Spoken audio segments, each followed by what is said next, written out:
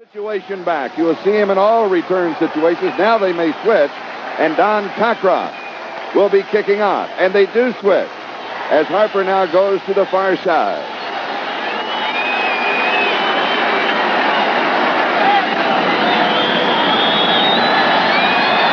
And the National Football League season is underway. Harper circles under, takes it at the 14. He's to the 20, the 25, and returns to the 29-yard line.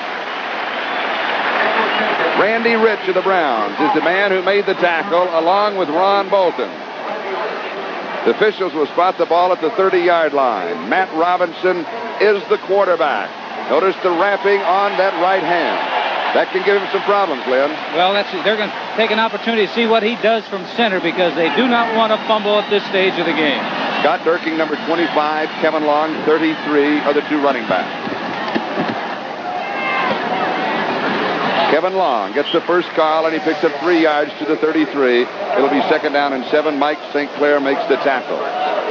The wide receivers, Wesley Walker, number 85, and Derek Gaffney, number 81. Jerome Barkham is the tight end. Number 85, Wesley Walker, he is the game breaker for the New York Jets. Undoubtedly, he's going to be double covered most of the afternoon by the Cleveland Browns.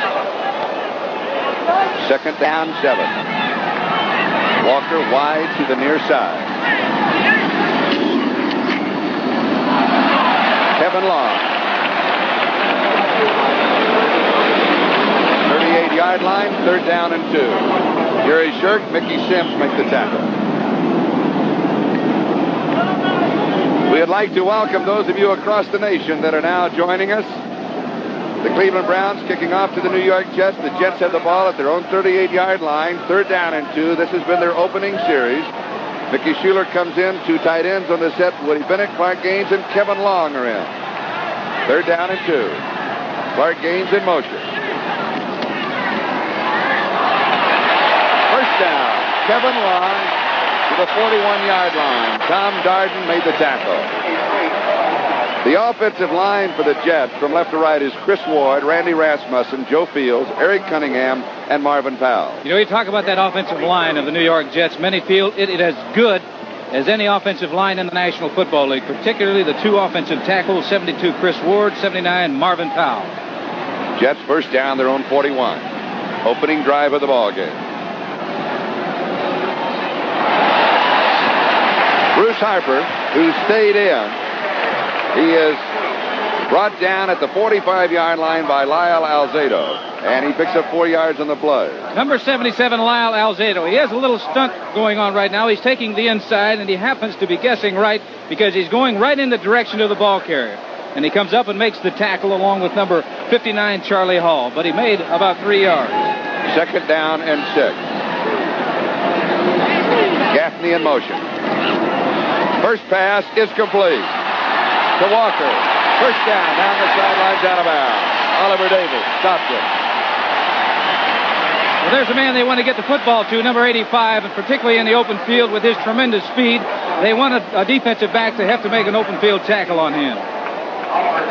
Quick screen, faking to the back, not much of a fake at all, but getting the ball out quickly to the wide receiver, and there's one-on-one situation out there, and I guarantee you that Oliver Davis, number 21, does not like to come up and make the tackle on 85 Wesley Walker all afternoon. At the Cleveland 47-yard line, first down. 2nd first down in the ball game for the Jets. Jerome Barkham in the slot shows motion. Scott Durking, the ball carrier. Charlie Hall was there for the defense.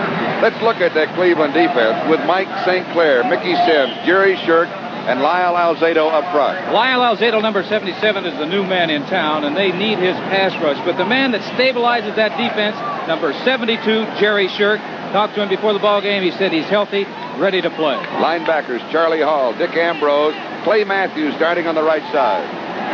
Walt Michaels, the head coach of the Jets. 2nd down, a little over 4. Durkee. It'll be close to a first down. Mickey Sims makes the tackle. The secondary for Cleveland, Ron Bolton and Oliver Davis on the corners. Clarence Scott and Tom Darden at the safety. They've got a good defensive unit back there, particularly number 27, Tom Darden, who was an all-pro free safety last year. 3rd down and 1. The ball just outside the Cleveland 37-yard line. So again, Mickey Schuler comes in, 2 tight ends, and Clark Gaines comes in. 3 running backs, Scott Durking, Kevin Long, and Clark Gaines. Gaines on the right wing, 3rd and 1. Durking, it will be close. He is on the skin part of the infield. May have had a little trouble with his footing, and he had a lot of trouble with the Cleveland defense. Yes, sir. And I'll tell you, in a short yardage situation like that, a very key man is the middle linebacker, because the defensive line is bunched up, and they're going to be pinching inside. Number 52, Dick Ambrose, is free, and he has to read that play, and he has to go. He can't be waiting around looking. He's got to create something and try to get in the backfield and get some penetration. He did that time. Whether it was soon enough or not, we'll see right now. First down. That shows you, Charlie, just how quickly that middle linebacker has to react, because Ambrose reacted very quickly on that situation, made a good play, but still wasn't good enough to stop him from making the first down. At the Cleveland 36-yard line, first down. New York Jets have a good drive going here for the first one of the 1979 regular season. They stay now with 2 tight ends. The remaining back is Kevin Long.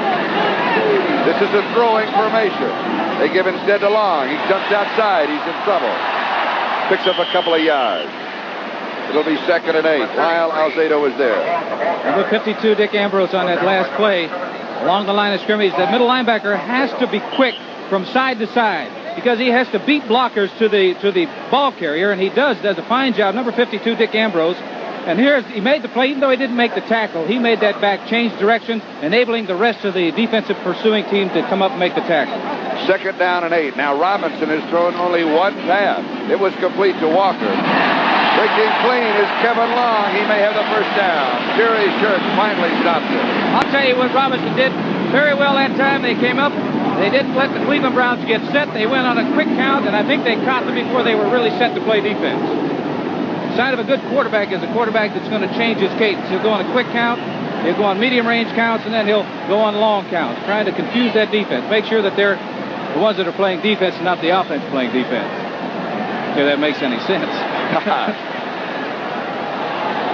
Doesn't look like Matt Robinson's having any problems with that bad thumb right now. But he's only thrown 1 time. And you notice that the pass that he threw was a very sure pass. 3rd down and about an inch to go for the first down. 26-yard line. Lynn, do you gamble here?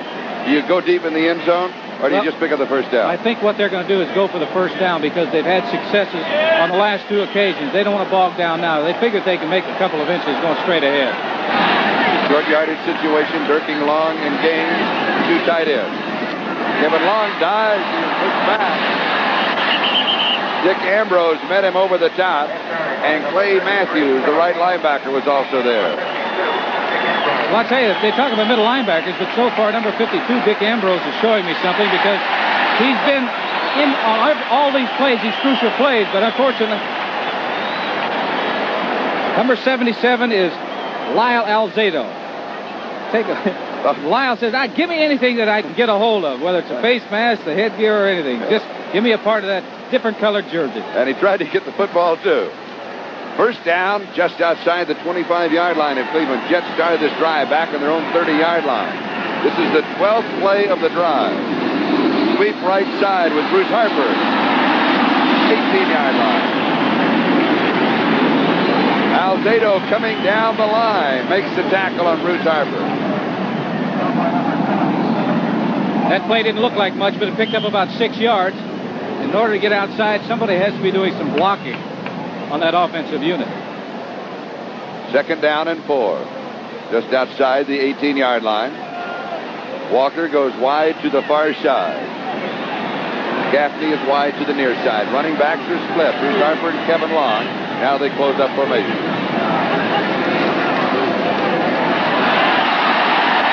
Kevin Long was shut down by the defensive right side of the Browns. Cut back inside and was brought down by Mike St. Clair. Charlie, a good running back, has to be running with his head up to make sure that he knows where his offensive linemen are blocking the defensive linemen. They're too big on defense to take him where they don't want to go. So what you do is just block them. Number 72 is Jerry Shirk, an outstanding defensive lineman. He's going to be blocked on by 65 Joe Fields. Joe just took him the way that he wanted to go, and the back cut behind him. At the 13-yard line, first down. Durkee. He has 3 yards on the play, and Jerry Shirk, the defensive right tackle, the 10-year veteran, was there, along with Clay Matthews from USC. Matthews, number 57, was the number 1 draft choice a year ago, but he was injured in preseason, injured the first part of the season. We really didn't know what he could do. He has come on to beat out Gerald Irons, his starting right linebacker. And Charlie, they just made that decision this morning to go with Matthews as opposed to Gerald Irons. 2nd and 7. Second pass for Robinson. Incomplete. He was going over the middle. Kevin Long was there. Markham was also in the neighborhood, and he may have been just throwing it away. No, he wasn't throwing it away. That ball took off on him. That was like an up-shoot pass, a thing that you don't want down there, because there was a couple of safety men back there in the end zone that almost had a hand on it. They can't afford to give it up down here. What causes the ball to take off? The release, the way he releases the football. Is that thumb? The thumb definitely has a factor. Okay. Definitely a bearing. He's got tape on that jammed thumb that he suffered a couple of days ago. 3rd down and 7. Robinson slipped. He'll be sacked. He's dropped back at the 17 of the 18-yard line by Lyle Alzado. Sir, you're talking about the man that they wanted to put pressure on the quarterback. The thing they did not have last year was a good pass rush. The acquisition of number 77, Lyle Alzado, they hoped would solve some of that problem, and it did. Firstly, there was good coverage in the secondary because there wasn't anybody open. Otherwise, Robinson would have released the football. Pat Leahy with a field goal attempt.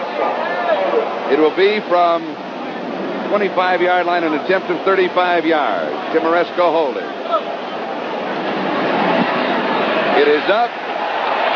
It is good. The score, the New York Jets 3, the Cleveland Browns nothing. We'll be back to Shea Stadium with a kickoff in a moment. Action. Pat Leahy with a 35-yard field goal. 16 plays on a drive that covered 53 yards. 7 minutes, 52 seconds. Time consumed. Ricky Feature, number 83. But the key man on the return is number 89, Keith Wright, for the Cleveland Browns. And Pat Leahy will be kicking off from the 35-yard line. 2 yards deep in the end zone. Right out to the 10, the 15, 20, breaks it. Excellent return near the 40-yard line. Keith Wright in his 2nd year from Memphis State. Ken Schroy is the man who made the tackle. Wright drafted in the 5th round a year ago. So now the Browns, for the first time in this season, when it counts, go on offense. With Brian Sipe at quarterback, Greg Pruitt and Mike Pruitt are the 2 running backs. Look for Mike Pruitt today. I think he's going to be a big man in this offensive attack for the Cleveland Browns because the Jets undoubtedly will be keying on 34, Greg Pruitt. Cleveland from their own 40-yard line. Rucker in motion. Second back through with a flag down is Greg Pruitt. Dan Blinka makes the tackle along with Joe Pellegrini, but there was a marker on the play. The opening drive of the Jets, there was not a flag. Penalty against the Browns, it is refused. The receivers for Cleveland, Dave Logan and Reggie Rucker on the outside. Here's the call from the referee, Fred Silva. 3, defense, grabbing the face mask, illegal motion, replay. Okay, we had offsetting penalties, so we'll bring it back to the 40-yard line, and the down will go over. Ozzie Newsome is the tight end, joining Reggie Rucker and Dave Logan as the 3 receivers. Ozzie Newsome, the tight end, number 82, is going to be he's an outstanding tight end right now. In his 2nd year, they feel he's really going to be super. Dave Logan, Reggie Rucker, they have played very little so far this preseason because of injuries. Really, this is their first full game. So we start all over with offsetting penalties from the Cleveland 40.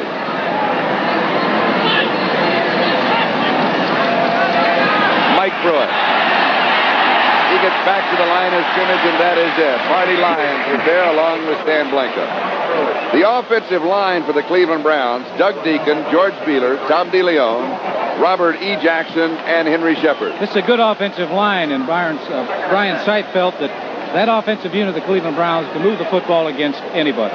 Head coach Sam Retigliano of Cleveland. On defense, they have a Robert L. Jackson. On offense, a Robert E. Jackson. I asked Sam, what do you call him? He said, I call him Robert Offense and Robert Defense. 2nd and 10. Rucker in motion. Sight throws. It is there on target. Reggie Rucker is out of bounds near the first down. Bobby Jackson was chasing him for the New York Jets. They'll spot it right at the 50-yard line. We'll see how they call it.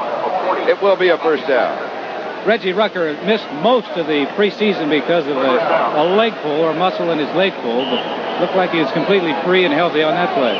Defensive line for the New York Jets this year, they are 4-3 with Lawrence Pillars, Joe Pellegrini, Joe Klecko, and Marty Lyons up front. Joe Klecko, number 73, he's the man that makes things happen out there for the New York Jets. He's playing that defensive right tackle position. 50-yard line, first down. Jets lead it 3-0. Greg Pruitt to the 45, to the 40, and then out of bounds. Donald Dykes was chasing him. They'll mark him out around the 38-yard line. It's a first down. Some outstanding blocking on this play, and of course what Cleveland Browns want to do is get the ball to number 34, Greg Pruitt, and you can see 64, George Beeler out, number blocking 82. Talking about the tight end Newsome, he does a good job of blocking number 59, linebacker Martin for the New York Jets, enabling Pruitt to jump outside and get the first down. There's a lot of blocks that have to be executed very well on a wide play like that. That time, Cleveland Browns did it. At the New York 38-yard line, first down Cleveland. Greg Pruitt, right side, big hole. Brought down near the 30-yard line by Burgess Owens. The linebackers for the Jets are Greg Buttle, Stan Blinka, and Bob Martin. Number 54, the middle linebacker, Stan Blinka, according to the Jet coaching staff and Walt Michaels, is a real pleasant surprise because they figured he was good, but they didn't think he was going to be as good as he is right now this soon. He's doing a very good job for them, and he is not making mistakes defensively. Drafted in the 5th round from Sam Houston State. He went there, by the way, on a track scholarship. And the track coach was also the football coach, convinced him to come out and play football. 2nd down and 2.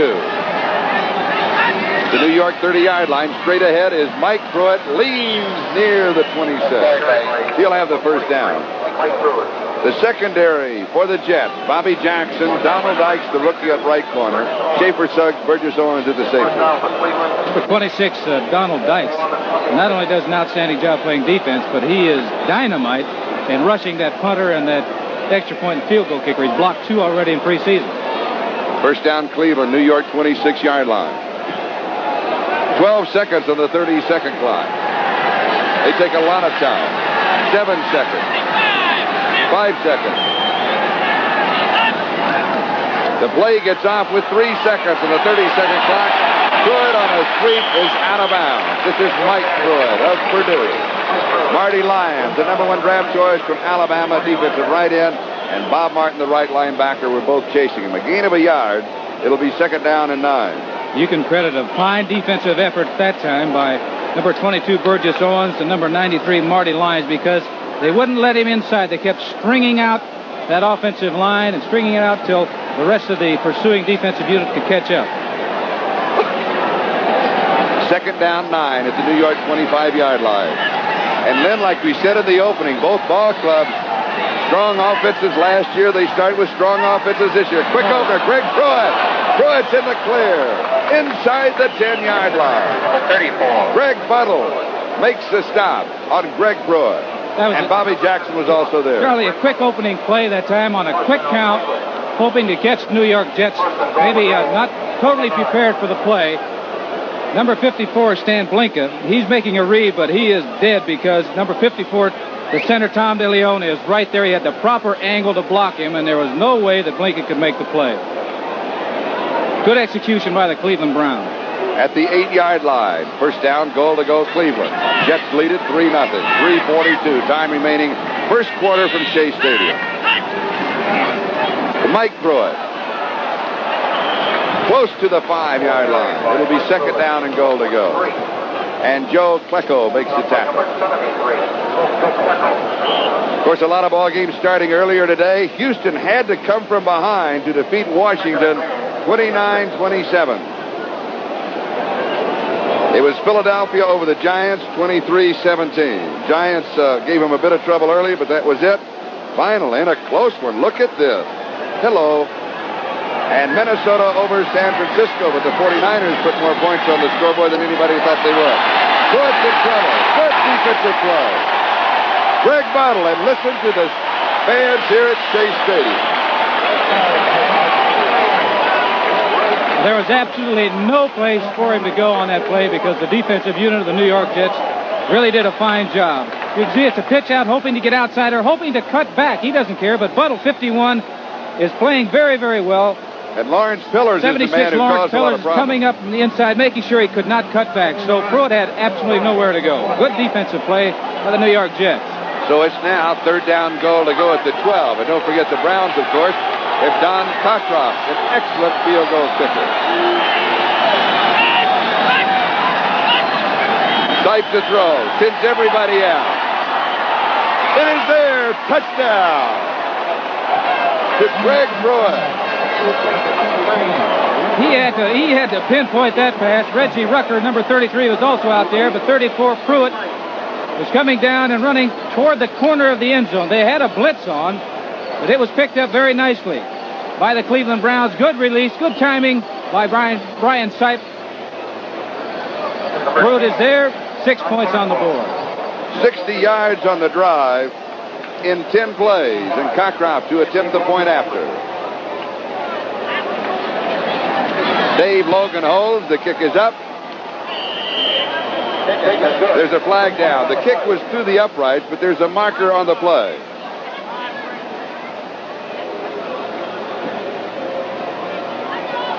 Offsides against the Jets. It will be refused. And the point counts. So it is Cleveland 7 and the New York Jets 3. We'll be back in a moment. 7. So, Lynn, we've got 2 minutes and 10 seconds left in the first quarter. We've had 2 scoring drives, a field goal for the Jets and a touchdown for the Browns. Well, you had mentioned in the pregame show that these were very explosive teams offensively. The big question mark was defense. Now, each team has had possession. Each team has scored. So they are moving the football. The problems right now for Cleveland Browns and the New York Jets is stopping the opposition. Bruce Harper and Ken Schroy are deep. Cockcroft will be kicking off. Now the Jets want Bruce Harper on the return. So he and Schroy play a game that keep changing sides. Good kickoff, taking a yard deep. Harper has it. He's to the 10, 15, 20, out around the 23-yard line on the return. Tripped up by Willis Adams, the number 1 draft choice out of Houston. Today's telecast, presented by authority of the National Football League, intended for the private use of our audience. Any rebroadcast or other use of this telecast without the express written consent of the New York Jets and the National Football League is prohibited. So the Jets go to work on their own 23-yard line, first down, and they trail in the ball game 7-3. Scott Durking and Kevin Long are the 2 running backs. Matt Robinson is the quarterback. Kevin Long, and whistle sound. There may have been a violation of the 30-second clock, a delay of game. That will be it. Either that or illegal procedure. They're going to get him for illegal procedure. It'll be a 5-yard penalty. That'll be a movement of any interior offensive lineman from tackle to tackle once he goes to 3 or 4 point stance. He cannot make a move. Here's the call. Ball start on 72. Chris Ward, if you could read lips. Because we didn't pick up his microphone yet. Fred, you may have forgotten to turn it on. Okay, bring it back to the 18-yard line, and it'll be first down 15.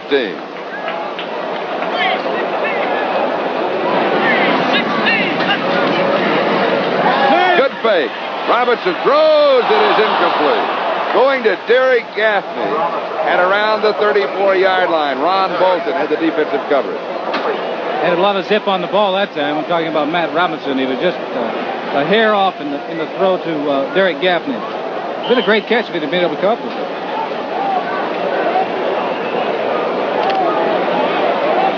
in the fourth quarter. Dallas leading St. Louis 19-14. Well, St. Louis has come back a couple of times in that ball game. Jim Hart has thrown 2 touchdown passes, with Dallas leading it.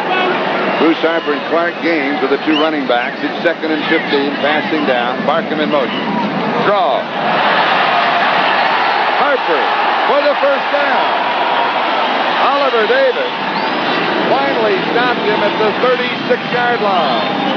Well, I'll tell you, speed got him some extra yards on that one. Linebacker 52, Ambrose, is coming. And watch this move on Clarence Scott, 22. He was going one way, but just couldn't make the adjustment coming back to make the tackle on number 42, Bruce Harper, coming up with a big first down. First down and 10, a gain of 18 out to the 36-yard line. Now Durkee and Long are the 2 running backs. The Jets will alternate 4 men in the backfield. Robinson to throw. And he is sacked for the 2nd time. Alzado with his 2nd sack of the ball game. The thing about Alzado, number 77 of the Cleveland Browns, is he is a man that's going to be coming after you every play. A lot of fine defensive players will ease up every once in a while. Not that man. He's not going to ease up, and he should not be in good shape right now. No, I was going to ask. It is warm. The humidity is 77 degrees. Now, will that get to Lyle Alzado? It should, because he hadn't been in training camp that long. He's only been in training camp for about a week. 2nd and 17.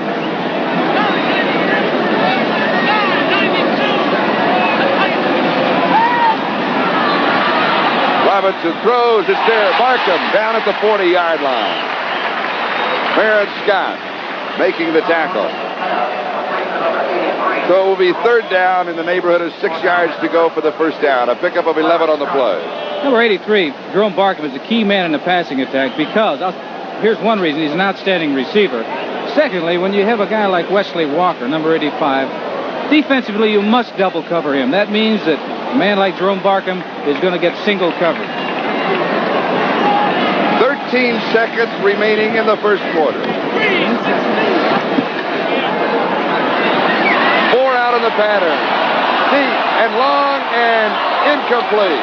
Barkham, the intended receiver. A flag goes down. Yeah. Barkham never saw the ball. They will call offensive pass interference, I believe. And it was. The one official didn't see it, but it was definitely that. But it was a good play by number 83. Yes, it was. Because don't give the ball to the opposition. He'd take the penalty, come on back, at least give us another shot at it. That will be the call. He was hanging this ball up in the air. It was a terrible pass. Well, I was trying to be kind. But right there, as you can see, Jerome Barkham is saying, I can't get it. I don't know where it is. You look like you're going to catch it, Clarence. Clarence Scott, 22, so I'm going to interfere. Offensive pass interference, it is refused, so it is 4th down. And Chuck Ramsey is in to kick. He does not use a kicking shoe this year. And Keith Wright is dropping back. And Ramsey's punch vastly improved in preseason when he went back to his college style of not using a shoe, and he sails a beauty. Into the end zone. Now that kick was some 70 yards in the air. And time runs out into the first quarter. The score, Cleveland 7, the Jets 7. We'll be right back after these messages from your local station. Wednesday, Real People exposes a never... Because the Browns passed him up. They had a chance to draft him before the Jets took him, and he says he wants to prove that the Browns made a mistake. Cleveland from the 20-yard line. Mike Pruitt carries, and he picks up 3 to the 23. What happened in that situation, Cleveland had an opportunity to pick him. They wanted instead Willis Adams. They made a switch with a draft choice with the San Diego Chargers so that the Chargers could pick up the tight end, which the Browns did not need because of Ozzie Newsome. So then they went for the wide receiver, and there was a little speculation about Lyons. Lyons said that one of the coaches of the Cleveland Browns informed him that he was going to be the first one selected by them if they had the chance. This goes to prove you can't believe everything you hear. That's right. 2nd and 7. Side. Good protection. Throws on target. Great throw. Slips 1, 2. Drop. 25-yard line. A lot of excitement, just a couple of yards.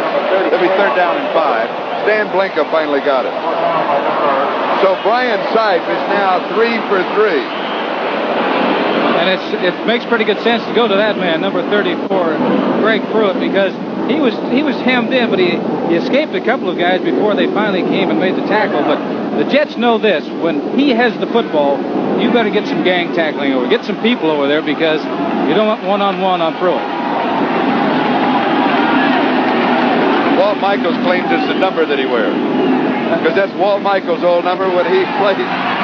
Passes. Intercepted. Burgess Owens has it.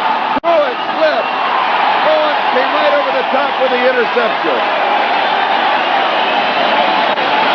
Big break for the New York Jets. Well, you talk about, look what I found.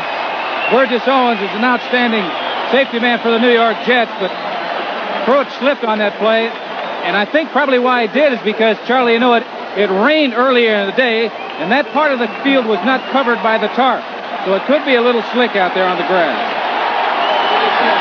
Taking a look, and you can see that he's coming. You can see that Pruitt, 34, fell down. 22, Burgess Owens coming up with a big interception. Great field position for the Jets. To the 12-yard line. Kevin Long inside the 5. Where it's Scott. Makes the tackle. Officials will spot it right at the 5-yard line. I tell you, Kevin Long, when there's Sam Bertigliano, he's not too happy about that last play, but that's just one of the things that happened. The man slipped. But you take a look at Kevin Long. He's going now when he makes his mind up and sees the hole. Hey, I'm going now. I'm not going to dance around. I'm getting as far as I possibly can and as quickly as I can. 2nd and 3 at the 5-yard line. Scott Durkee. They'll mark it down inside the 1. Yeah, but that could be enough for a first down. They could have first and goal now. About a half a yard away. First down goal to go. 25, Scott Kirking. Breaking inside, a good block by number 68, Eric Cunningham, a rookie, making the start here this afternoon. So Scott Durkee coming up with a big play. They've got 4. They got to figure they got at least 4 shots to get in now.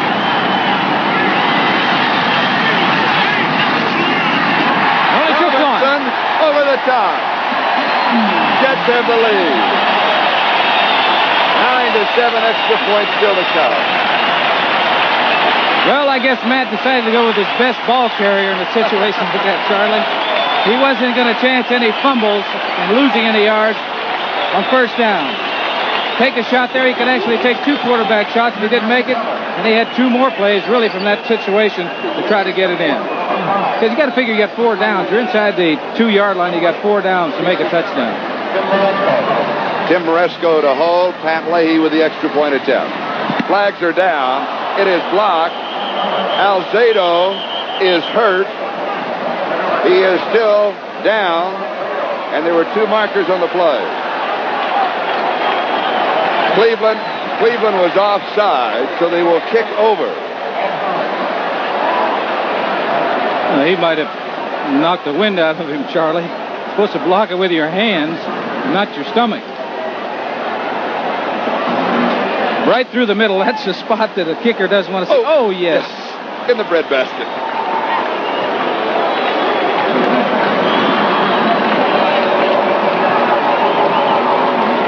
Looks like he's healthy to me, Charlie. Huh? Okay. Cleveland was offside. He'll take it out on the quarterback. Alzado is gets his hands right. on. Yeah. Obviously somebody else's fault. And here's the extra point attempt again. It is done. The score, the New York Jets 10, the Cleveland Browns 7. We'll be back to Shea Stadium in a moment. Next Saturday on NBC Sports World. Be sure to stay with us. New Saturday after the baseball. All right, Ricky Feature and Keith Wright are the 2 deep backs on the return. And Pat Leahy will be kicking off. We have 12 minutes and 11 seconds left in the first half. The Jets lead Cleveland by 3. Keith Wright on the return. 15, 20, 25, 30. Good return. 37-yard line. Excellent blocking out in front of Keith Wright on that play by the Cleveland Browns. That's a sign of a well-coached football team because he took that ball about 5 yards deep in the end zone. A lot of times they're told if it's that deep, down it in the end zone, don't take a chance. But he brought it all the way out to about the 37-yard line. Good field position. Paul Darby and Johnny Lynn with the tackle for the Jets. So Cleveland First down, their own 37-yard line. They trail by 3, 10-7. Ryan Sipe, the quarterback. Reggie Rucker shows motion. Sipe, good fake, throws, has a man open. Dave Logan, first down. Stan Blinka, the middle linebacker, makes the stop on Dave Logan from Colorado, 6'4", 216 pounds. He makes a very nice target out there because of his size. This is the first game that he's had an opportunity to work the full game. Brian told us, Sipe told us that they played a little bit in the last ball game, but he's been out with a leg problem. Dave Logan, Reggie Rucker, and Ozzie Newsome, all three receivers, the two wide receivers at tight end, have excellent speed.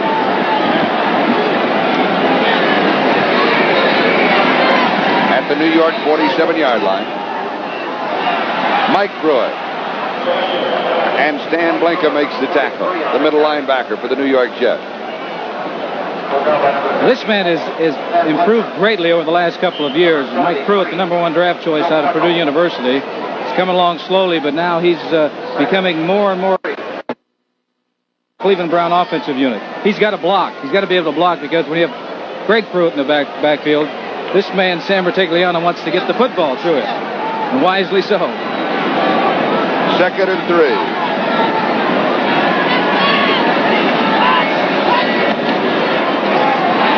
Greg Pruitt.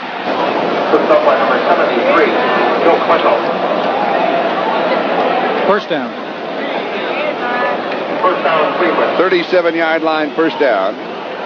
Here is a note for the viewers in Cleveland. There has been a change on the times of 2 of the Cleveland games. Cleveland and Houston on September the 30th.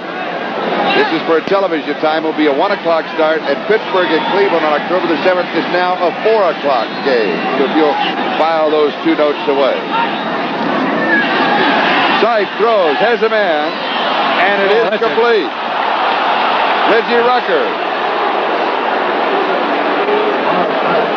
Oh, that was a fine catch by number 33, Reggie Rucker. It proves, too, what concentration will do for a great receiver. Now, he followed that ball all the way. This is a quick pass going to the outside, just taking a couple of steps by Brian Sipe and firing that ball out there. And it was meant that if Reggie didn't catch it, no one was going to catch it. Looked like he was almost throwing the ball away. I've done that on occasion, and people come up and make the catch. 2nd down and a couple at the Jet 29-yard line. Fake on a pitch and a hand to Mike Pruitt, and he's got the first down. Carried by Mike Pruitt, number 43. Schaefer, Suggs, and strong safety, and Stan Blinka, the middle linebacker, make the tackle at the 25-yard line, first down.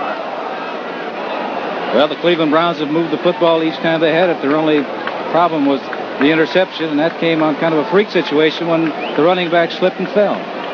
And also the Jets have been able to move on offense. So both clubs starting again where they left off last year. A lot of offense. They both need to show some more defensive work. First down at the 25-yard line of New York. Greg Pruitt. He cuts back inside, almost the 20-yard line. Lawrence Pillars, Marty Lyons, the defensive ends were there. You know, because the play does not come to your side does not mean that you can just forget about it and wait for the next play to come. You've got to be all over the field. I'm talking about defensive players. You see Greg Pruitt going back into the huddle. But Lyons was one of the defensive men involved in that play, and he came from the right side all the way to the left side, which means you got to hustle. You got to hustle. Okay, #1 draft choice from Alabama. 6'5", 245 pounds, and has 4.9 speed at 40 yards. Got a safety blitz coming. Pruitt. He'll be a couple of yards shy of the first down. This is Greg Pruitt. Marty Lyons was there along with Burgess Owens. Was it Owens that had the safety blitz on? Burgess Owens was coming, and if they'd have held that count just a fraction longer, he wouldn't have been involved in the play because he was going to blitz. He'd be offside if it held it much longer. He had a running start. All right, Calvin Hill comes in, and Greg Pruitt comes out at running back.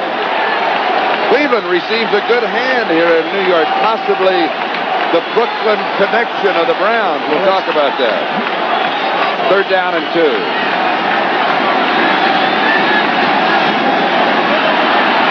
Mike Pruitt. 33. It is a first down. The head coach, Sam Retigliano, is from Brooklyn. The defensive end, Lyle Alzado, is from Brooklyn. Peter Hadhazy of the front office is from Brooklyn. But probably most important of all, Art Vosell, the owner, is from Brooklyn. That may be the reason a lot of those other folks are there in Cleveland.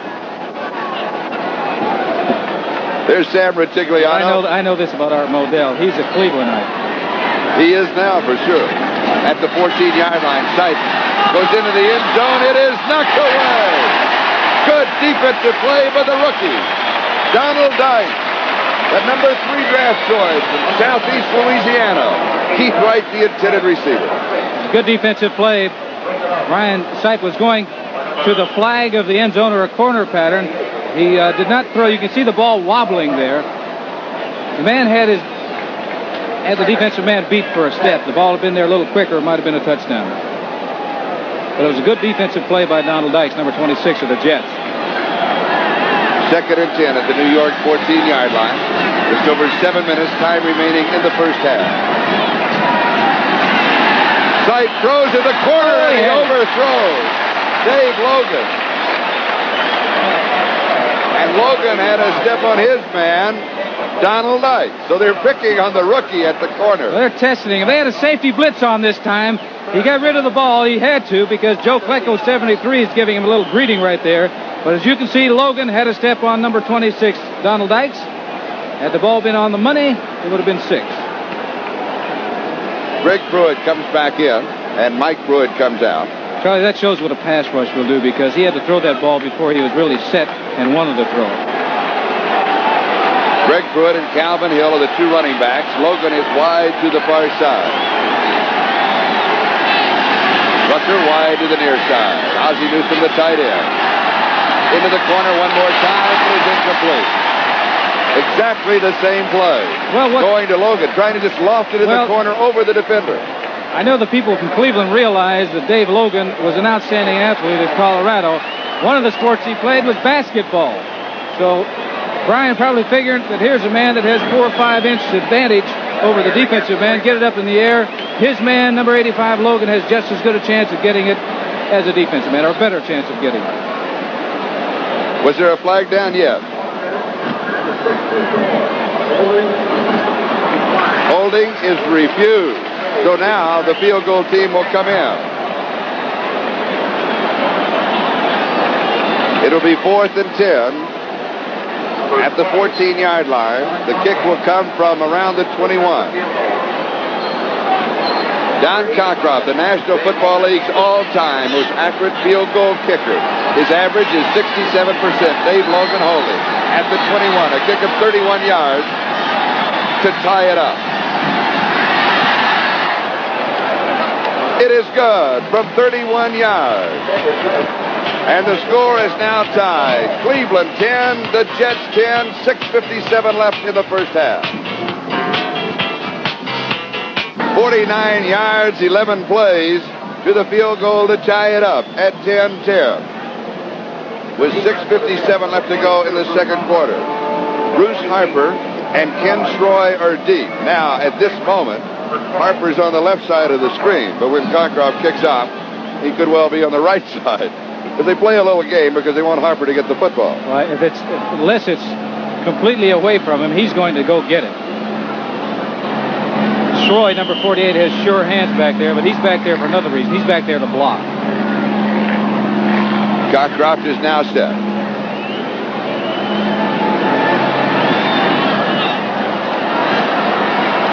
Harper circles under it, takes it at the 5, 15, 20, 25. 25 yards in the return to about the 30-yard line. Now let's check the NFL scoreboard for other games. It took place earlier this afternoon around the league. There they are. Fourth quarter, Dallas leading St. Louis, 19-14. Chicago, Green Bay. All right, we'll update those and also the finals. Let's get back to this game. Jets now from their own 30-yard line. First down. Robinson under pressure. He'll be sacked. Jerry Shirk got him. That is the third sack of the ball game for the Cleveland Browns. Now, the New York Jets do not have a sack. Last year, the Jets had only 22 all season long, tying Buffalo for the fewest in the league. The Browns had only 31, not that much better. So we have seen that improvement defensively for Cleveland show itself in the statistics. Well, you've seen number game. 77 of the Browns, Lyle Alzado, come up with, I think he's had 2 sacks already. Right. He's put pressure on the quarterback that last time. Linebacker Clay Matthews, number 57, was blitzing, and that enabled Jerry Shirk to make the sack on Matt Robinson. 2nd and 20. Robinson over the middle. Pass is incomplete. In and out of the hands of Wesley Walker. Oliver Davis was following him, and Oliver Davis may have been shaken up a bit on the play. And this is something you will very seldom see, and that is Wesley Walker dropped the football. Yeah, he was open. The ball was there. Had he made the tackle or had he made the catch and broken the tackle of number 21, Oliver Davis, it would have been really a big game. Oliver Davis, as I mentioned, shaken up on the play. He's now coming out. Lawrence Johnson taken in the 2nd round of the draft, replacing him. 3rd down 20 at the 20-yard line. Robinson holds both backs in the block, and he will be dropped at the 16-yard line. Number 77, Lyle Alzado. I told you that Lyle Alzado is the type of ball player that he comes after you 100% all of the time. And you can see Chris Ward, 72, of the Jets. He's a fine offensive tackle trying to make a move. But look at the strength of Alzado, pushing that man, 270-pound Chris Ward away and making the tackle. That is Alzado's 3rd sack of the ball game, and Chuck Ramsey will be kicking. The wind swirls at Shea Stadium. You really can't get a good read on it. Oh, rush! Flag will go down. It will be a penalty against Cleveland. Contact was made on the kicker. Gerald Irons, number 86, went after the block. Did not get to the football, but he got all of Chuck Ramsey. And you have to touch the football. Then you can go in. I don't know how he missed it. You can see number 86, Gerald Irons, coming in. He was right in a great position, right in front of the kicker. I don't know how he missed the ball, but he did not miss Ramsey, the kicker. It's a good break for the Jets and a very tough break for the Cleveland Browns because they had the pressure on. They had it coming. That was designed like it's designed on the blackboard to go in and block a kick because you're coming the right place, right up the middle. The officials spot the ball at the 21-yard line. It is running into the kicker, not roughing, running into the kicker. That is 5 yards, but an automatic first down. So at the 21-yard line, it is 1st and 10. Bruce Harper and Clark Gage are the running back. Harper goes inside. 4th quarter, Chicago leading Green Bay, 6-3. Like a baseball score. Not this one. 4th quarter, Atlanta, New Orleans, they're tied 34-34. Rams over Oakland in the 2nd quarter, 14-0. San Diego has had a lot of injury problems. No score between Cincinnati and Denver. Kansas City leading Baltimore in the 2nd quarter. Harper.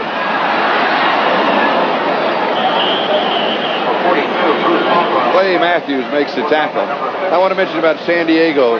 Everybody picked them as a playoff ball club, but they have lost 3 key players thus far, facing a very tough Seattle team. But if the Chargers could stay close in the first half of the season and get some people back, then well, they lost Louis Kelcher. Yeah, well, that's like losing 3 when you lose right. Louis. That's the one side of the defensive line almost. Doug Wilkerson, an offensive lineman, they lost, and they also lost the linebackers. 3rd down 5. Robinson over the middle. It is there. Jerome Barker. First down. 37-yard line. Clarence Scott makes the tackle. Jets on their own 37-yard line, first down. Number 52, Dick Ambrose, is the middle linebacker, and that's who number 17, Matt Robinson, is keying. He's going down. He's getting enough yardage for the first down, just turning around and hooking because number 22, Clarence Scott, has him man-to-man. The reason he has him man-to-man is because I said earlier, number 85, Wesley Walker's on that Jet team, and they're going to double cover him. The ball game tied at 10-10 between the Browns and the Jets. First down, New York, throwing 37. Bootleg. Oh, yes. Good move. You like that, don't you? It's a smart move. That's an intelligent move. He had a bootleg there when everybody was going the other way, and I'm sure he just told his back, I'm going to keep the ball, but you can see number 57 is Clay Matthews. He is fooled completely by it. And here comes Matt Robinson. Now he's going to get as much yardage as he can, and then he's doing the wise thing. But he shouldn't slow down there. You better keep moving, because defensive men have a tendency, even though you're out of bounds, to hit you anyway. When you say good move, I didn't know whether you meant the bootleg or the way he got out of bounds. Well, both of them. Getting out of bounds was a smart move. First down, Jets own 47-yard line. Pass is complete. Wow. Derek Gaffney just scooped it off the turf, and Ron Bolton was there for Cleveland. This is a quick pass by number 17, Matt Robinson, getting it out there. He's winding up the ball. And look, his thumb has to be bothering. Look at that ball, how it's wobbling out there. I'm not sure if he didn't short hop that ball. If Kenny Fouts, our director, can just back that up, maybe we can see. Thank you, Kenny. Right there. Now let's see. Oh, he did get his hands on it. Good call by the official. Cleveland, 49-yard line. Second down, about 6, and Gaines will be wrapped up at the line of scrimmage. Jerry Shirk just jumped on his shoulder. May get a yard to the 48. I had mentioned number 72 of the Cleveland Browns, Jerry Shirk, is really important because he solidifies. Now look at Randy Rasmussen was taking an angle on him. Shirk just zipped past him into the backfield, got penetration, and made the tackle. That time, number 72, Shirk gets right, Randy gets wrong. Mark it at the 48-yard line of Cleveland. Third down, 5. 2:26 time remaining, first half. Ball game tied at 10-10.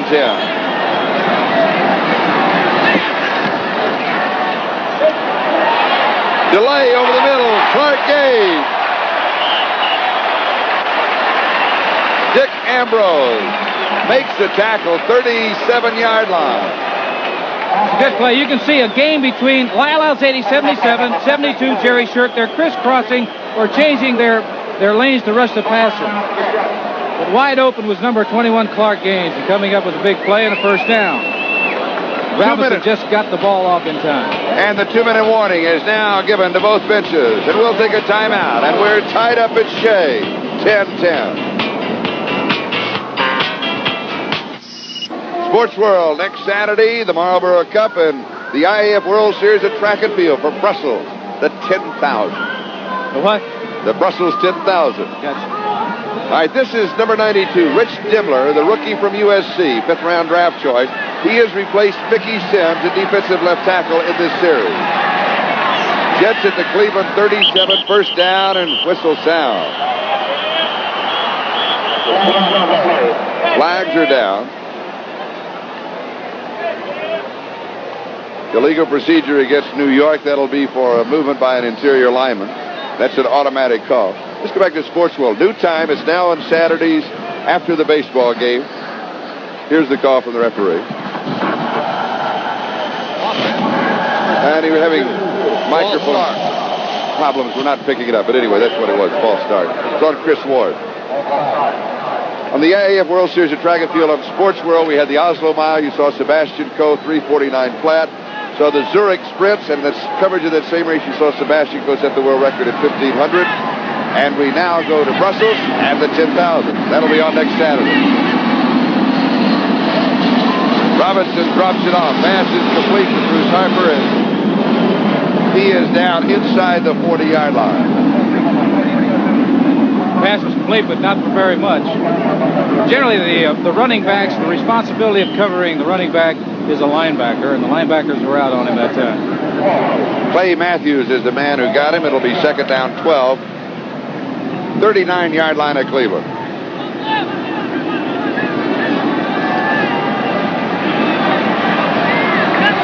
1:24 time remaining first half. Robinson deep over the middle. Passes. Oh!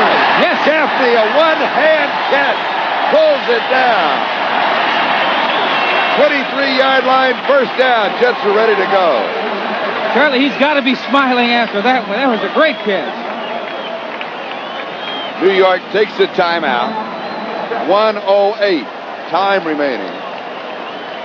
You can take a look here. It's not well thrown because it's thrown behind him. And this is what concentration is. Look at his head. Look at his eyes. It's looking right at that football. Now what he has to do is worry about how he's going to land. Yeah, look at the ground. We'll be back in a moment. We're tied.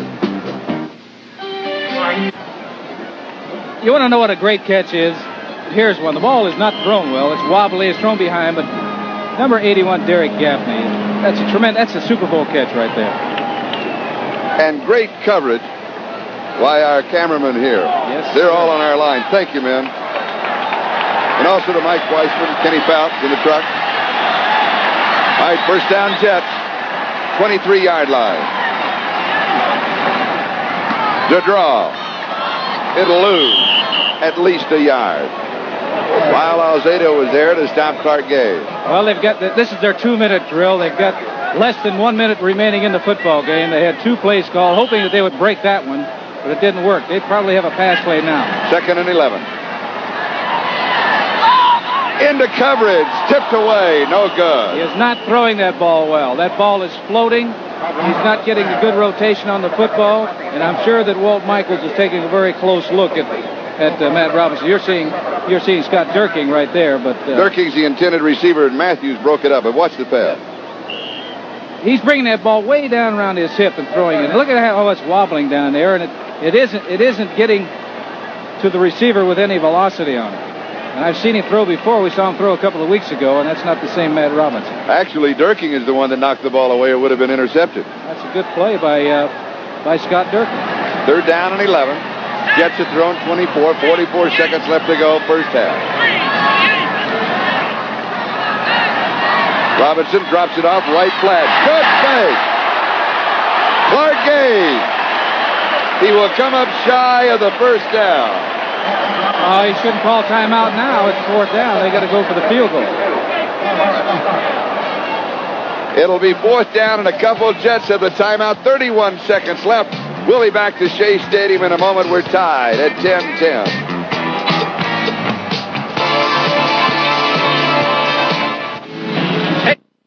Against the Red Sox or the Dodgers against the Reds on baseball coverage. But now back to football coverage from the 22-yard line. An attempt of 32 yards by Leahy. He is hit already from 35 yards out. This one is up. It is no good. It is no good. It is off to the right. So Leahy misses from 32 yards away. And Cleveland will take over. You can see what happens to field goal kickers when they miss. Their heads are down. No one will greet them over there. You don't have to look at the official to see whether it's any good or not. All you have to do is watch the kicker. Right there. He'll tell you whether it's good or not. 28 seconds left in the half. We'll be back in a moment. Be sure to stay with us at halftime. NFL 79 will be updating all the scores across the NFL. Today, they'll also have some highlights. Sipe throws on first down from his own 20-yard line. And it is complete to Feature at the 32-yard line. Bob Martin was there for New York. It is a first down.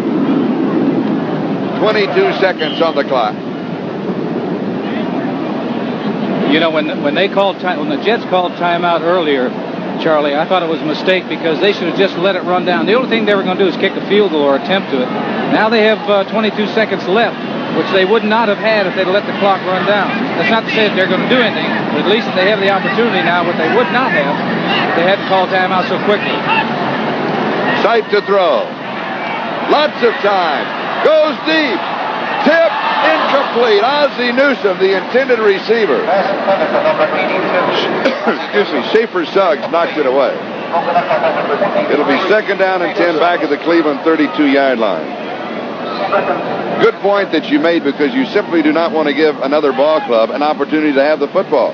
Let it run down about 5 seconds and you kick the field goal, and if you miss, it's halftime. Look how many games last year, crazy games in the last play or next to the last play that changed the complexion of a ball game that won it. I could think of New Orleans, Atlanta, 2 ball games where last play of the ball game won it for the Atlanta Falcons. 2nd and 10. Sipe is hit. Pass is incomplete. He just threw that one away, or either that or one of the receivers went in a direction that Brian didn't anticipate him going in. It'll be 3rd down and 10. Now we have 10 seconds left in the first half. Don Cockcroft for the Browns with a 31-yard field goal. Pat Leahy for the Jets with a 35-yard field goal. A sight to Greg Pruitt pass, and Robinson in from half a yard out on a short drive after Burgess Owens picked off an interception. That's been the score. We got him overloaded on the right side here. 3 wide receivers on the same side. Sight to Logan. It is intercepted. Burgess Owens has his second interception of the ball game. And there's pushing and shoving in front of the Cleveland men. The clock is stopped now with 2 seconds. Jerry Shirt was in there, along with Doug Deacon, Greg Buttle for the New York Jets. But after they sort them all out, the Jets will have the football. Well, that all he was trying to do there, I'm talking about Ryan Sipe, was put that ball up in the air, and he had number 85, Dave Logan, out there hoping that he would come up with it. And Burgess Owens, his second interception of the ball game. The Jets now at the Cleveland 49-yard line. 2 seconds left in the first half. Well, I'm sure what he ought to do is go back. Number 85 is Wesley Walker. Look at the defensive men. They're 30 yards deep because he should just put the ball up in the air and hope.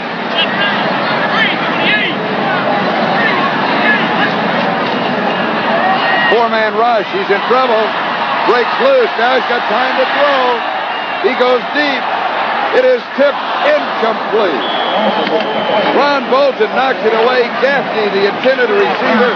That is the end of the first half. The score is Cleveland 10 and the New York Jets 10. The key would have to be the turnovers, the 2 interceptions by Burgess Owens. Two, and the one was really a big one. The second interception really didn't mean much, but the one gave the Jets a touchdown. I think look at the time of possession. There's a 5-minute difference. The New York Jets had the football. First downs are reasonably close. Rushing offense, the Jets a little more. Passing offense, the Browns a little more. Total offense to the New York Jets side.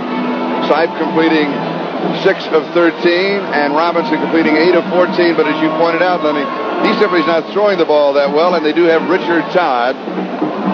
Will we see him in the fourth quarter if it's still close? There's a possibility, but Walt Michaels is the type of individual that when he names a quarterback, he goes with that quarterback until something indicates he should get him out.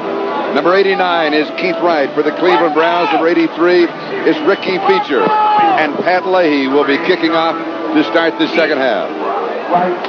It is Cleveland 10 and the New York Jets 10 at halftime. I was just going to say, Charlie, with all those stats, they were so close, it indicate maybe it's a close ball game. And I wonder if we look 30 minutes of action away, we're looking at an overtime possibility. They played one last year. Last time they met, they certainly did. 5-yard line is Keith Wright. 20, 25, 30. Near the 50-yard line on the return. Tim Maresco finally stopped him. Cleveland's ball at their own 49-yard line. I tell you, I'm really impressed with Keith Wright, number 89 of the Browns, and number 42, Bruce Harper of the Jets. When they get that football, they are headed toward the goal line in the opposite direction. They've turned on the afterburners. And they've come up with, I'm talking about both sides, they've come up with great field position for the offensive units. Here's near the 50-yard line. Brian Sipe, the quarterback, Greg Pruitt and Mike Pruitt, the running back. Reggie Rucker, Dave Logan, Ozzie Newsome, the receiver. Good fake. Logan. 47-yard line. He will pick up 4 yards. It will be 2nd and 6. Donald Dykes makes the tackle. The fans think that he fumbled it. But when you come down and make contact with the ground, if you have possession, then the ball is dead. This is a quick screen, getting the ball out to number 85, Dave Logan. But he has one man to beat. The offensive lineman doesn't quite get there, but he's scratching and trying to. That's Doug Deacon. But up over the top, I know that Donald Dykes isn't that tall, but Dave's got to figure he's a little taller than that to try to hurdle him up there. 2nd down and 6.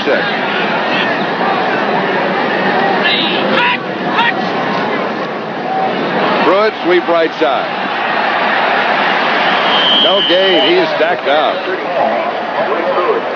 Greg Buttle was there, and Schaefer Suggs moved up from the secondary. No, they'll mark it for it. No, it is no gain, the 47-yard line. 3rd down and 6. At offensive line, Doug Deacon, George Beeler, Tom DeLeon, Robert E. Jackson, and Henry Shepard for the Browns. Defensively, for the Jets, Lawrence Pillars, Joe Pellegrini, Joe Klecko, and Marty Lyons. Up front, Greg Buttle, Stan Blinka, and Bob Martin, the linebackers. Bobby Jackson, Donald Dyke, Safer Suggs, and Burgess Owens in the secondary. 3rd and 6. Flags down. 5 on the pattern. Logan incomplete. You mentioned it's a free play. A free play. Ryan Sipe knew that the defensive line jumped off sides. He knew that they were going to get a 5-yard penalty regardless of what happened. He threw into a crowd there. Ordinarily, you wouldn't throw into a crowd like he did when 3 defensive men were around the receiver. But he knew that no matter what happened, he was going to come back and pick up 5 yards.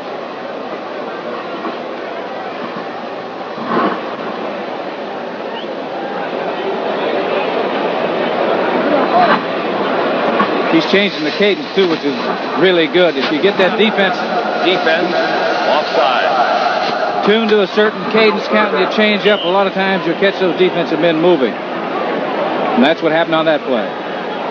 So it's 3rd and 1. Curtis Weathers comes in. Calvin Hill comes in. 2 tight ends. Full house backfield. Mike Pruitt. And he'll pick up the first down as he goes to the 40-yard line. Stan Blinka, the middle linebacker, along with Joe Pellegrini and Joe Klecko, make the tackle. Number 43, Mike Pruitt out of Purdue University. Now, he was told on that one, just get moving. Go as hard and as fast as you possibly can. We only need a half a yard. Hopefully the offensive line will have a standoff. And that back will surge forward for at least a yard for the first down. That's what happened that time. And the Jets 40-yard line first down. 5 out of the pattern. To Logan all alone. Has it. Good move.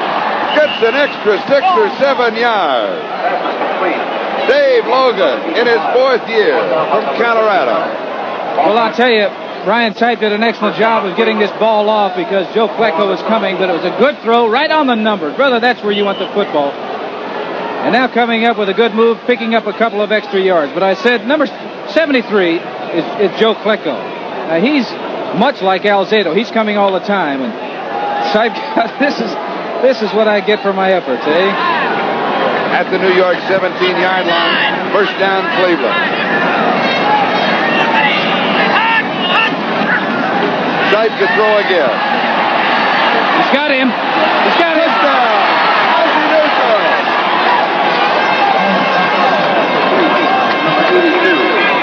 And Cleveland has the lead.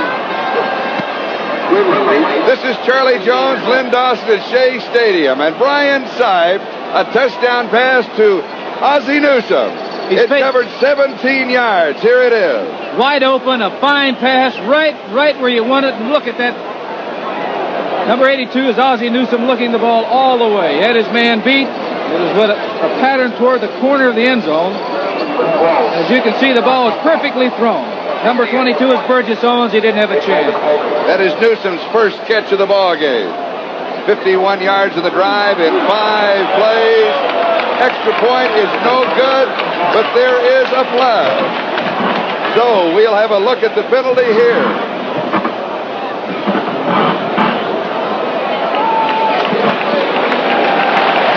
The penalty against Cleveland, it is refused. They missed the extra point. So the score, the Browns 16, the Jets 10, 11:55 left to go, 3rd quarter.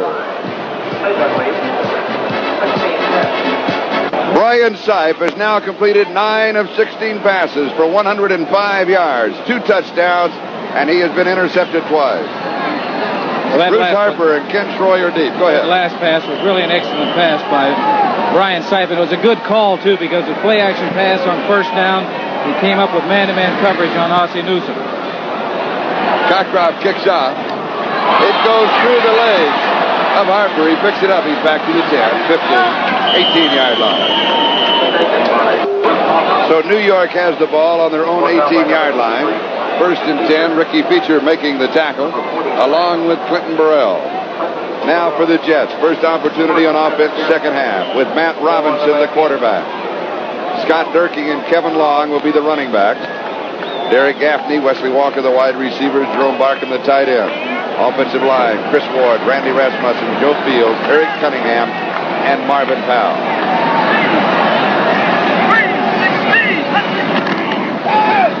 Robinson to Walker, and he is dumped immediately by Clay Matthews. They started out the second half just like the Cleveland Browns did, with a quick screen out to the sidelines to a wide receiver, but that time two players defensively, 21 Oliver Davis, the cornerback, and number 57 Clay Matthews, the linebacker for the Cleveland Browns. They were going to have none of that. They played it very, very well. Loss of a yard, 2nd and 11.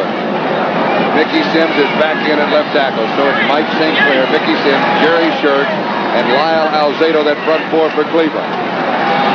Pass is high, pulled down by Gaffney. Picks up the first down. Gaffney with his second outstanding reception. The first one in the first half was great. This was outstanding. Well, I'll tell you, Matt Robinson is not putting the ball where he wants to, and I believe that the thumb is bothering him.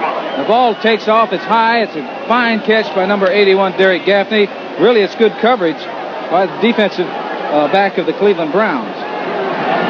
That's the second, I think the third really good catch of him. He scooped one off the ground once, too. You're right. Kevin Long jumps to the outside, cannot get around as the free safety Tom Dart moved up to bring him back. That was a fine play by number 27, Tom Dart, coming up with that tackle, because had Kevin Long been able to get outside of him, he probably would have picked up a first down. All right, let me set the rest of the Browns defense. Charlie Hall, Dick Ambrose, and Clay Matthews are the linebackers. Ron Bolton, Oliver Davis on the corners, and Tom Darden at safeties. Now, in case some of our viewers joined us later, after this play, would you point out the problems again of Matt Robinson, the Jets quarterback? Yes, sir. All right. Burgess Owens in motion. Scott Durking near the 40-yard line and near a first down. Dick Ambrose, the middle linebacker, is the man who stopped it. Now, you were talking about Matt Robinson, number 17, the quarterback of the Jets. What happened? He won the starting job over Richard Todd, but a day or two, I guess 2 days ago, he injured the thumb on his throwing hand, and there was a lot of question as to whether he would play today. He hadn't taken a snap. They took a look at him in practice prior to the start of the game, and he's able to take it, but he has not been throwing the ball well today. That thumb is bothering him. That right thumb is all taped up. He may go. Breaks it. He is caught from behind by Oliver Davis. 20-yard line, 21-yard line of Cleveland. Short yardage situation. They're all coming toward the quarterback or getting penetration in the backfield. That's what happens if you break that line of scrimmage. There's nobody there, and only the great speed of number 21, Oliver Davis, brought down Scott Durking, preventing a touchdown. It was 3rd down and 1. And it is now first down at the Cleveland 21-yard line.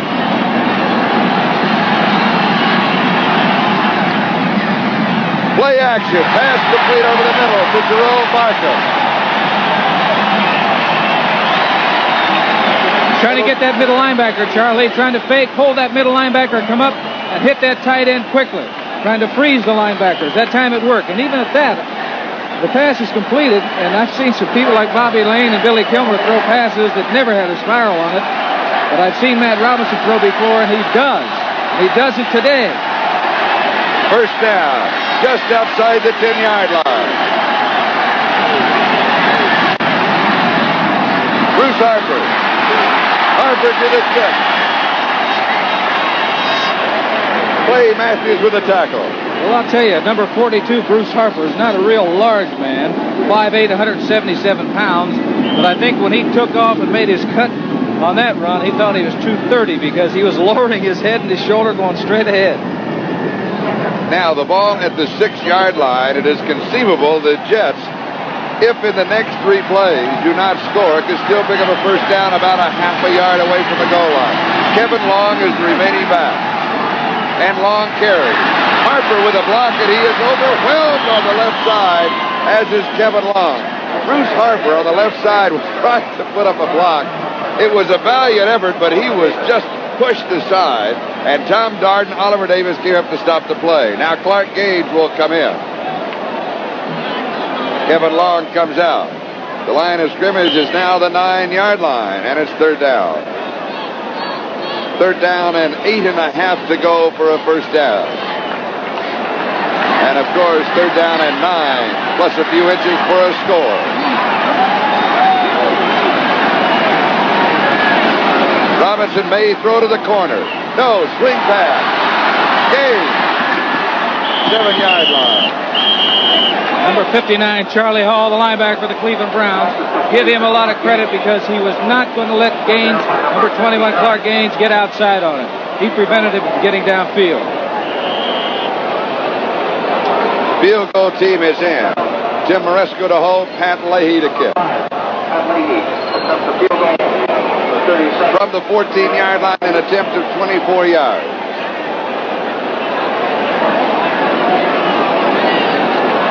.6:31 time remaining, third quarter. It is up, and it is good. So the score, the Browns 16, the Jets 13. Here at Shea Stadium, we'll be back with the kickoff in a moment. Sports World on Saturday. Throughout the football season on our new day after baseball. And this Saturday, the Marlboro Cup, the IAF World Series of Track and Field from Brussels, and the FINA, the FINA World Cup Swimming Championships from Tokyo. Ricky Feature, number 83, and Keith Wright, number 89. Thinking he's gotten it about 4 yards deep in the end zone most of the time, and it's going in there again. Ricky Feature on the return to the 15, 20. About the 24-yard line. Ken Troy tripped him up. Neither quarterback has an incomplete pass in the second half. We haven't seen the punter for the Cleveland Browns, have we? Evans? Johnny Evans, we certainly haven't. That's right. Does he kick with both shoes on? Or? As far as I know, we haven't seen him. Yes, he does. Cleveland now from their own 23-yard line, first down, and they have been able to move.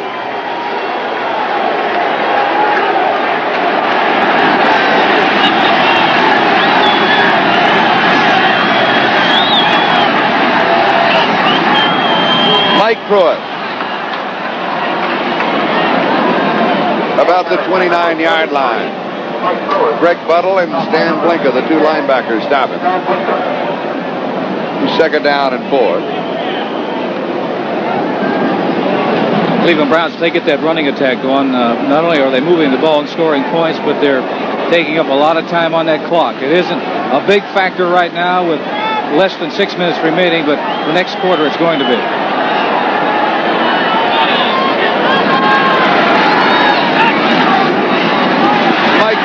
Sweep left, and he is caught from behind by Joe Klecko. That was a good play by the defensive unit of the Jets in particular. I think number 93, here he is, 93. Marty Lyons, a rookie. Now Doug Deacon, 73, is the offensive tackle trying to block him, but he's stringing out the plays. You can see right there, and comes up with a big hit, coming up with a tackle. It's an outstanding play by that young rookie. I guess he meant it, Charlie, when he said he wanted to show the Cleveland Browns they might have made a mistake by not selecting him when they had a chance. No gain, third down 4. Sight to throw. It is there. Reggie Rucker. Rucker to the 50, needs one block. Does not get the block, and Bobby Jackson pushes him out of bounds. Oh, I'll tell you, if Dave Logan should have kept his feet, he shouldn't have left his feet and just kept running with him. Good throw by number 17, Brian Sipe. Reggie Rucker, 33, making the play. Now going downfield, number 85 is Dave Logan of the Cleveland Browns. And you see that number 40 is Bobby Jackson. Logan left his feet. Had he been able to stay on his feet and shield him, perhaps Reggie Rucker could have cut back inside and scored. At the New York 38-yard line, first down Cleveland. But Charlie, I'm sure the Browns are happy to be on where they are. Quick screen. Keith Wright, the speedster, down the sideline. Boy, he could fly. He ran right by Donald Dice, number 26. I think Dice was looking for to make a move, and he just caught the ball and took off. Gain of 13, first down. Quick screen out to number 89, which is Keith Wright. And right here, he just takes off. And I think that right there, 26, Donald Dykes was looking for perhaps a move or cutting back to the inside. Bob Martin finally got him, 25-yard line of New York. Sam Retigliano, he has done a great job with the Cleveland Browns. And he always gives you about 3 opening lines for your telecast.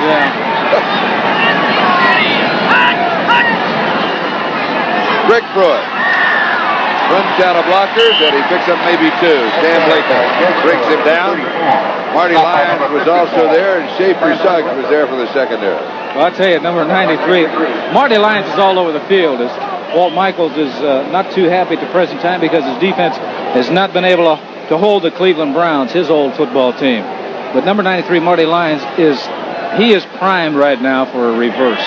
Now, 89, Keith Wright is in the ball game, and he is in the slot left side with Logan split away. 2nd and 9. Greg Pruitt goes away from the slot. There's a flag down. He almost breaks it at the 15-yard line, but there was a flag down in the neighborhood of the 20. Last year in the overtime game, all of the yardage, including the kickoff return leading to the field goal that won it for the Browns over the Jets, was by number 34, Greg Pruitt. Walt Michaels, when he played for the Browns, wore number 34. He said they should have retired my number. It was the number that did it last year. And Pruitt is doing it again this year. He's having a great ball game. Walt Michaels, I played with him in Cleveland. I was there and watched him play. Now, he was an outstanding linebacker, but he didn't have the moves that Mr. Pruitt. Holding, number 65. Holding on Henry Shepard, the right tackle. So bring it back to the 34-yard line. It'll be 2nd down 19. And Mark Gastineau comes in at defensive left end. 2nd-round draft choice from East Central Oklahoma. That's in Ada, Oklahoma. He is a designated rusher. They also brought in number 38, Ed Taylor, an additional defensive back. They're in their nickel defense or prevent defense. 2nd and 19. 4 on the pattern. Deep over the middle to Rucker. He holds on for it. Rucker, a fantastic catch. I thought Derek Gaffney came up with a great catch, and he did. But Reggie Rucker just came up with a superb catch on that last play. Number 17, Brian Sipe going back. He's got plenty of time to throw. He's looking over the field. Fires the ball. Jackson, well good covered. coverage. Well covered. He hangs onto the ball while falling down. Great catch. You talked about head and eyes of Gaffney. You watch the same thing with Rucker. Concentration all the way. 12-yard line, 1st down.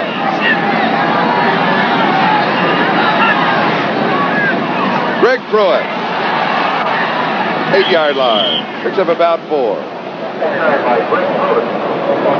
Burgess Owens makes the tackle, and Greg Buttle was also there.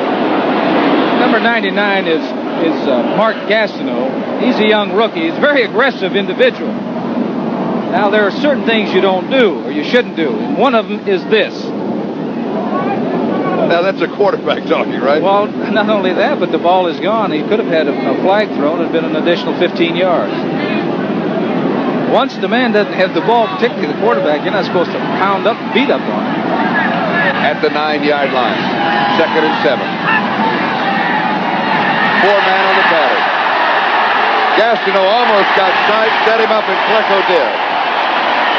Bob Martin was also there, but it was Gastineau that really set it up. And that will be the first sack for the New York Jets.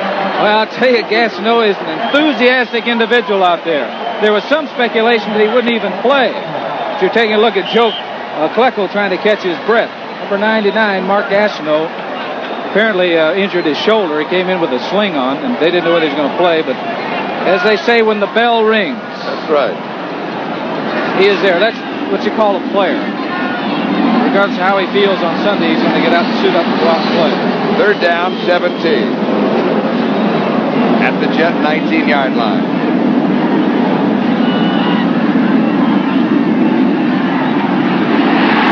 Going into the corner to Logan. He can't get to it. And pressure was put on by Bob Martin. He was blitzing. He dropped sight. Sipe turned in, I believe, to Mike Pruitt and said, you were supposed to pick him up. Somebody's supposed to pick him up, not me. He did the wise thing of just getting rid of the football. He didn't have a chance on this one. Even gets set. Here you see 59 Bob Martin coming in right in his face, so he's just unloading the ball. Somebody's supposed to pick him up is true. Generally, it's a back's responsibility to pick up a linebacker. And now Don Cockroft, field goal attempt of 36 yards. He is hit from 31 yards out. It is good from 36 yards away. It is now Cleveland 19, the Jets 13. We'll be back to Shea in a moment. A doubleheader on NBC again next week. So be sure to check your local listings, and following the kickoff, as you look at Walt Michaels, head coach of the Jets, we'll be giving you a rundown of all of the games that we'll be covering next Sunday. Walt didn't look very happy, did he? No, he didn't. Harper and Stroy are deep. And it'll be Bruce Harper at the 9-yard line.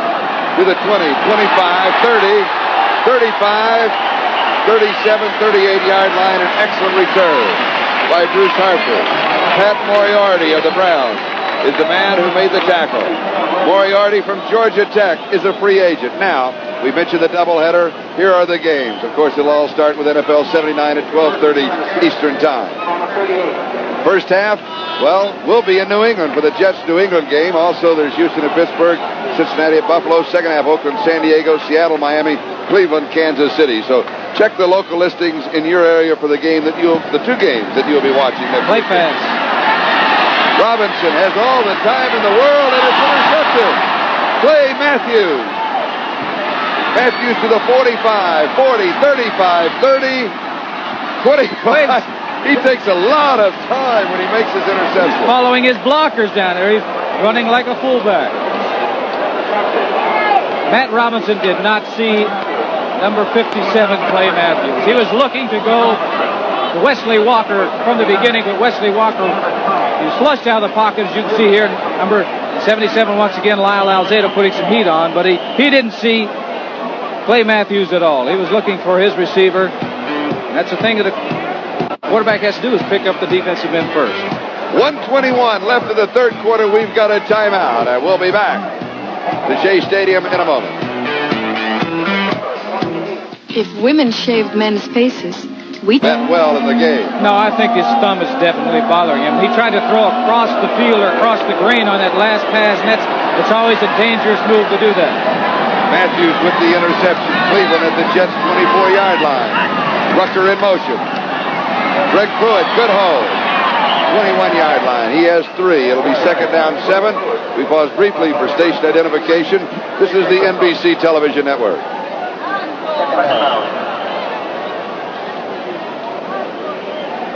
This is Charlie Jones and Lynn Dawson in New York, where the Cleveland Browns lead the New York Jets 19-13.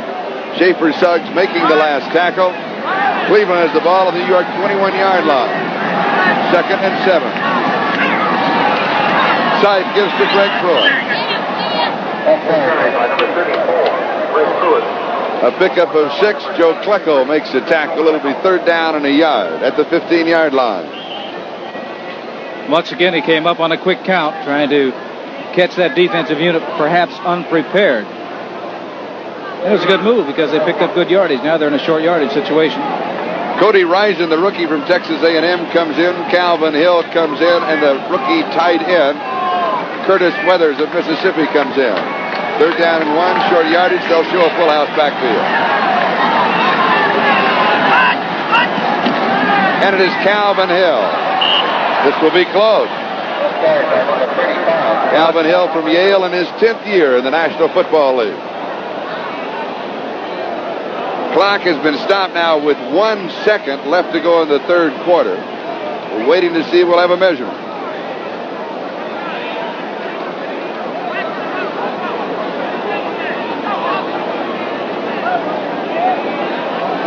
Change coming out.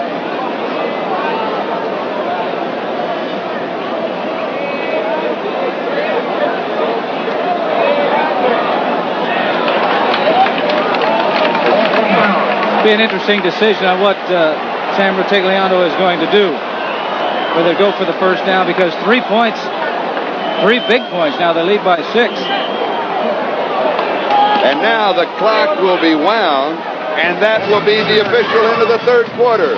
After 3 complete with 1 to... This is Charlie Jones and Lynn Dawson as we start the fourth quarter of play, with Cleveland in possession of the football just inside the New York Jet 15-yard line, 3rd down and 1. They're going for it in this situation. 3 points would happen to be 3 big points, because it means they'd have to score a touchdown and a field goal to go ahead of the Cleveland Browns, providing they made it. Excuse me, I said 3rd and 1, and it is 4th and about an inch. But any good football team, when you get a foot or so, and if you don't say to yourself, we can make a foot, then you're not going to. However, they lead by 6, and a field goal takes away a touchdown. Well, they're hoping to ice this thing up, or try to ice it up with a touchdown. But even if they make the first down, that doesn't guarantee that they're going to get in and score a touchdown. 4th down and inches, full house backfield.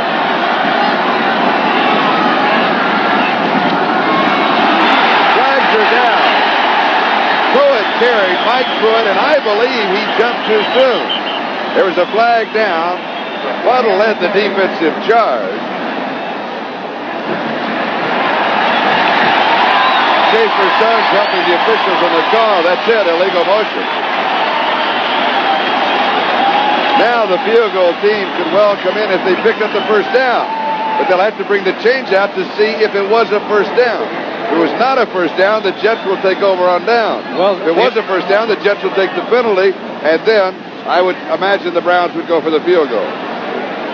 The offensive unit of the New York Jets, they were coming on the field. They didn't think that they had made it. What about it? They did make it. No, they did not make it. So forget the flag. The Jets take over on down.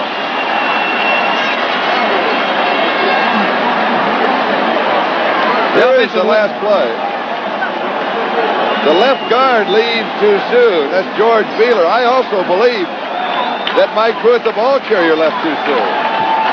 It was not a real good exchange between the quarterback and the running back.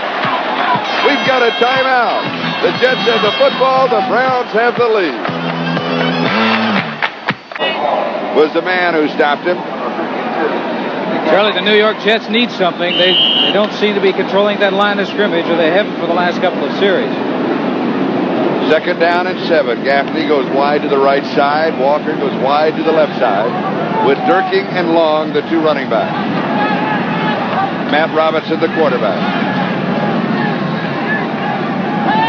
Both backs in the block. Throws knocked away. Good defensive play by Ron Bolton. Gaffney, the intended receiver. Walt Michaels helping the officials on the far sideline. I think Walt perhaps felt that he had his left hand on the receiver. He got his right hand around to make the block or the knockdown right there with the right hand, but Walt may be saying that the left hand is on the receiver. Close call. Bruce Harper and Clark Gaines are now in the backfield. 3rd down and 7.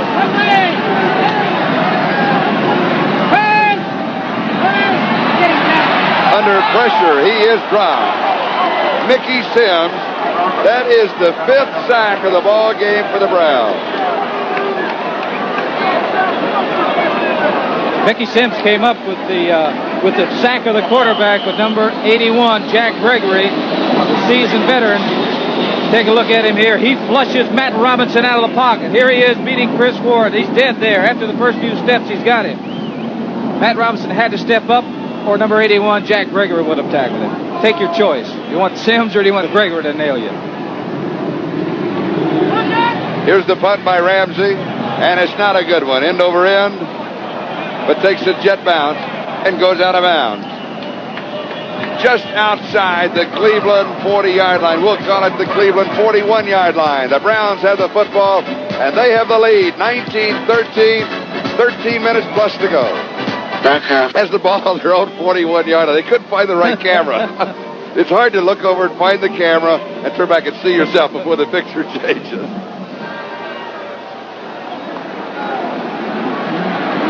Brian Sipe, the quarterback. He has had an outstanding afternoon for the Browns. Rucker in motion. Jackson, the cornerback, goes across the defense with it. Pruitt is in trouble, slips as he comes back, and he's covered by Marty Lyons. Greg Pruitt. Now let's update some of the scores. Final, Dallas over St. Louis in a close one. Had a field goal that won that ball game.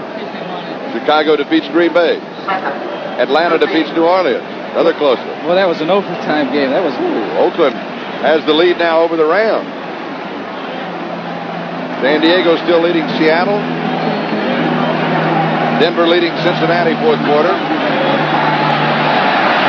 Sipe goes... Got him deep. Ozzie Newsome, the tight end. Got behind Burgess Owen. He was overthrown, Charlie. He had him beat by about 2 steps. And no one knows that more than that man right there, number 17, Brian Sipe. He said if I'd have just hung it up a little higher or pulled it a little more, it would have been 6 points. Great speed by number 82, Ozzie Newsome, the tight end of the Cleveland Browns. Third down and 50. Kansas City leading Baltimore 7-0 third. Mark Gastineau comes in for Marty Lyons, and Ed Taylor for Stan Blinka, 5 in the secondary. Sipe to Greg Pruitt, first down. Ed Taylor made the tackle. There were 5 men in the secondary, and still the Browns picked up almost 25 yards on the play. Sipe is looking for single coverage. He found it. Number 34, Greg Pruitt. He had single coverage. 39, Ed Thompson. He was supposed to be guarding him man to man because they were doubling the outside receivers. 12 minutes, 55 seconds, time remaining in the ball game. The head coach of the Jets, Walt Michaels. His club trails the Browns by 6 points, 19-13. Cleveland at the New York 40-yard line. Sipe to Rucker. Incomplete. Well, he is human, isn't he? I think he had his hands on that football. Looked like he did at least get to touch it. Everything else has gotten near him he's come up with.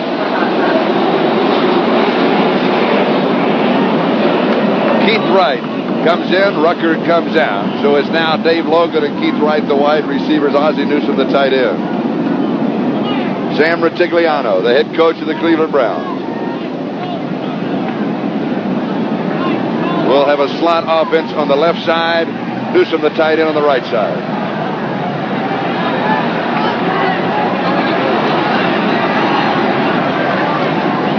Sipe to throw. Here's the screen to the tight end, Newsome. Oh, yes. Good defensive play by Greg Buttle. Tight end screen. Sipe set it up perfectly, but Buttle was there for the defense. Number 51, Greg Buttle, did a fine job on that one. Here it is. He's trying to influence the defensive end to come in. The defensive end did. Now he slips out, makes the catch, and hopefully he has some men out in front to block him. But number 51 right there, Greg Buttle, was going to have none of it. Came up, make an open field tackle. Really a fine play by Buttle. Loss of a yard, 3rd and 11. Blinka out, Taylor in. Now 5 in the secondary again. Last time in this situation, Sipe went to Greg Pruitt. He gives to Greg Pruitt. A gain of 3. It'll be 4th down as Joe Klecko and Greg Buttle make the tackle. And for the first time in the ball game, Johnny Evans of North Carolina State, wearing number 8, is in to kick for the Cleveland Browns. He might be rusty out there. He hasn't moved that leg. And here it is, 11 minutes and a half to go in the football game. He has yet to kick his first one.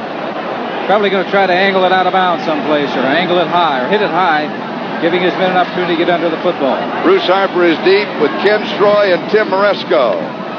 And he does hang it up. Oh, Jets yes. get away from it. It goes out of bounds. Good kick by Johnny Evans. Jets are in the hole. They have 11 minutes and 20 seconds left. The Browns have the lead. We'll be back in a moment.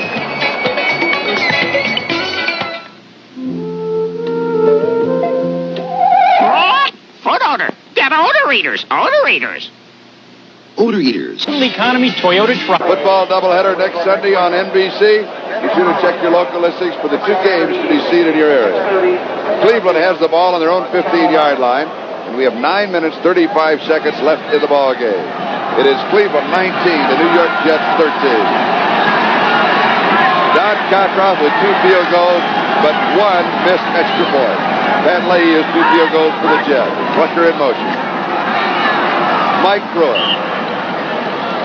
A gain of 5. Greg Buttle, Stan Blinka make the tackle. Will be second down 5. Right now, what the Cleveland Browns are thinking, Charlie, is let's establish something on the ground. If we can pick up a few first downs with the clock working in our favor, we're going to be in a great position.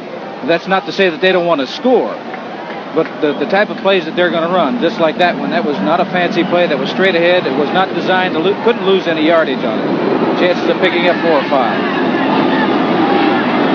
Second and 5. Mike Pruitt. Same thing. And another 5 yards. He'll have the first down. Stan Blinka, Burgess Owens on the stop. Coming up with a first down. Now they've gone through 1 minute already, or almost 1 minute, since they've maintained possession of the football. 2 plays, so they can continue this. Now, you have pointed out that it passed the 9-minute mark, 9 minutes plus. They started thinking this way. Is that about the time when you have a lead in the fourth quarter, you start thinking in that situation? About the 9 or 10 minutes to go? Yes, and then you can also pick, if you're moving the ball like they are in the last 2 plays, you can pick a time, you guess right, the play action pass, or throw the ball, and you might catch them, and you might come up with 6. Pruitt around the corner from the 26 to the 29-yard line, a gain of 3 seconds, 7. Schaefer Suggs made the stop. That was a play there, number 34, Greg Pruitt. Now, he stopped the clock. That isn't what he wants to do. If he'd had an opportunity to plant and go back inside, he would have, but number 51, Buttle, the linebacker of the Jets, made sure that he didn't. That you can see number 51, Greg Buttle, is right here, humping and pushing his lineman. There he is. Get out there. But a good play is stringing out the ball carrier so that he couldn't cut back. Second and 7. Passing down. Mike Pruitt. He'll come up about 2 yards shy of the first down. Big play coming up for both teams, particularly the New York Jets. Third down, short yardage situation. They need to stop them right now with less than 8 minutes remaining in this football game.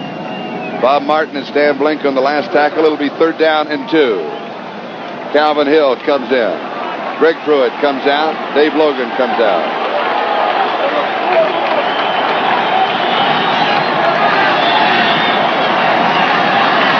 The power eye. Third down and 2. Now they make it a full house.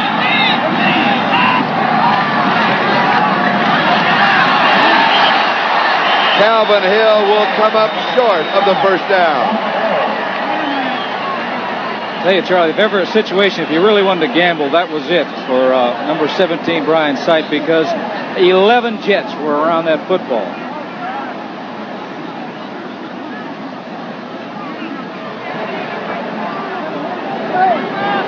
Now the officials will bring out the change.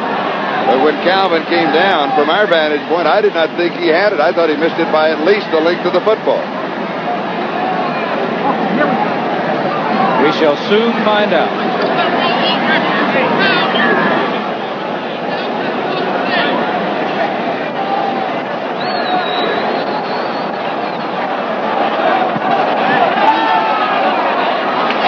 That much. Just an inch away. That's a small so football. Down and an inch. Very short football. And Retigliano is going to gamble. He may be just going on a long count, trying to draw that defense offside. Good point. Sipe would come up. He'll never snap the ball. Wanting to pull that defense, he'll change cadence, use the full 30 seconds, and then bring the kicking team in. I can't imagine them going for it here in this situation. But he is. Mike Pruitt. He is pushed back. The Jets have held.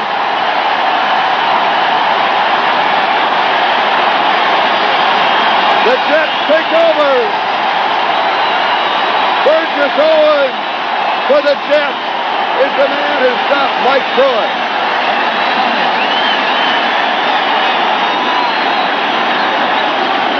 Place in the ball game. The Browns have gone for it and have been thrown back by the Jet defense.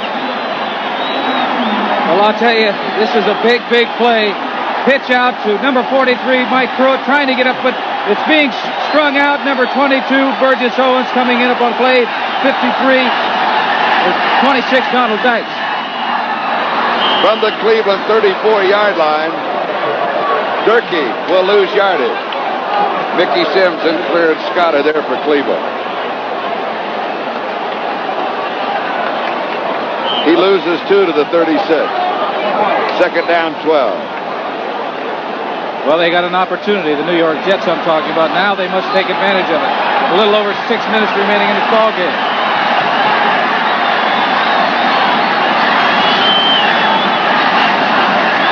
Five on the batter. Over the middle. It is complete.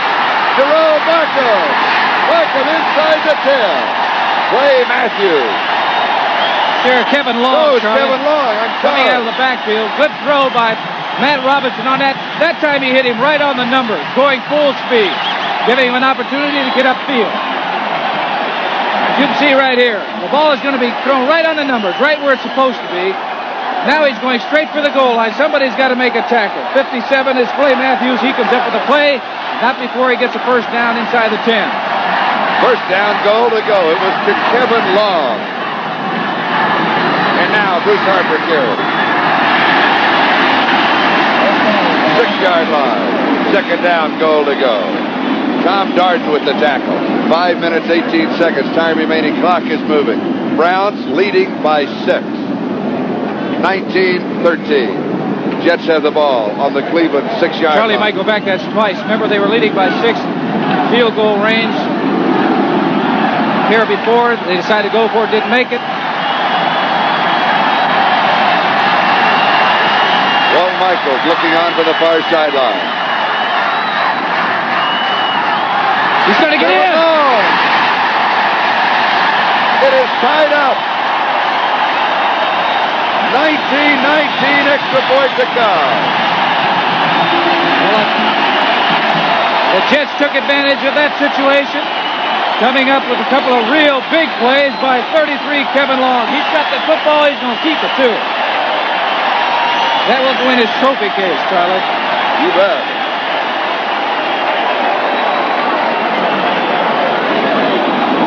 Tim Maresco to hold, Leahy to attempt the extra point. Normally, Robinson holds. This game, Maresco has held. He misses to the right side. We are tied. Tim Maresco, a new holder. And Burgess Owens cannot believe it, nor can Pat Leahy. It is tied, 19-19, 4:48 left in the game.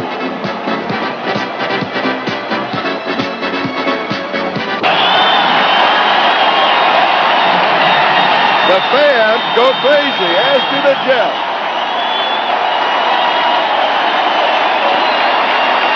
We believe it is Tom Newton, number 44, who came up with the football, but that is unofficial. At the Cleveland 23-yard line. Ricky Feature, 83, making the catch. He's carrying that ball in the wrong hand. It should be in the other hand, away from pressure. That's the reason that thing was fumbled. It was Mark Merrill who recovered the fumble. At the Cleveland 34-yard line, first down. Kevin Long. Long has been devastating in the last 5 minutes of play. Charlie Hall was there, along with Lyle Alzado. Kevin Long turn looked like it was nothing into about a 4 or 5 yard gain on that play. Just inside the 19-yard line. Clark Gaines will be the remaining back. 2 tight ends. Second down and 6.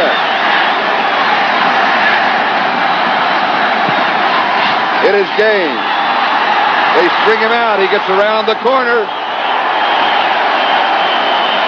Darden finally brought him down. Lyle Alzado was also there. Gaines has picked up about 15 pounds this year.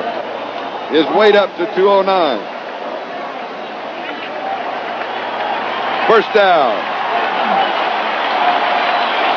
There it is, 3:55. That is the time left in the game. That's controlling that football game right now for both teams.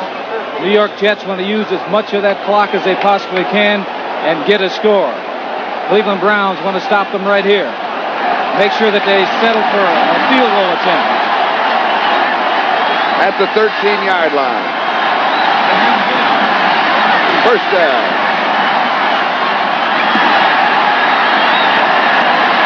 Nothing gets the call. Nothing fancy. Straight ahead, trying to look for an open hole, trying to get that 4 or 5 yard gain. That's what the New York Jets are working on right now. They've got 2 tight ends in the football game, making sure they have maximum blocking either to the right or to the left side of that offensive line. So that one remaining back, but he can go to either direction. Jerry Shirk and Dick Ambrose on the last stop at the 10-yard line. It is 2nd down and 7. 2 tight ends are in. Gaines the remaining back. Schuler and Barkham are the tight ends. 2nd and 7 at the 10. 3:17 on the clock. Gaines straight ahead. 5-yard line. Just inside the 5. Charlie, I'll tell you something.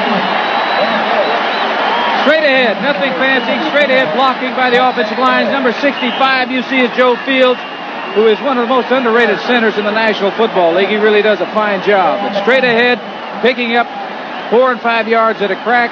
The tough yardage is going to come right now because they're inside the 5-yard line. It's going to be bunched up down there. 3rd down and 2.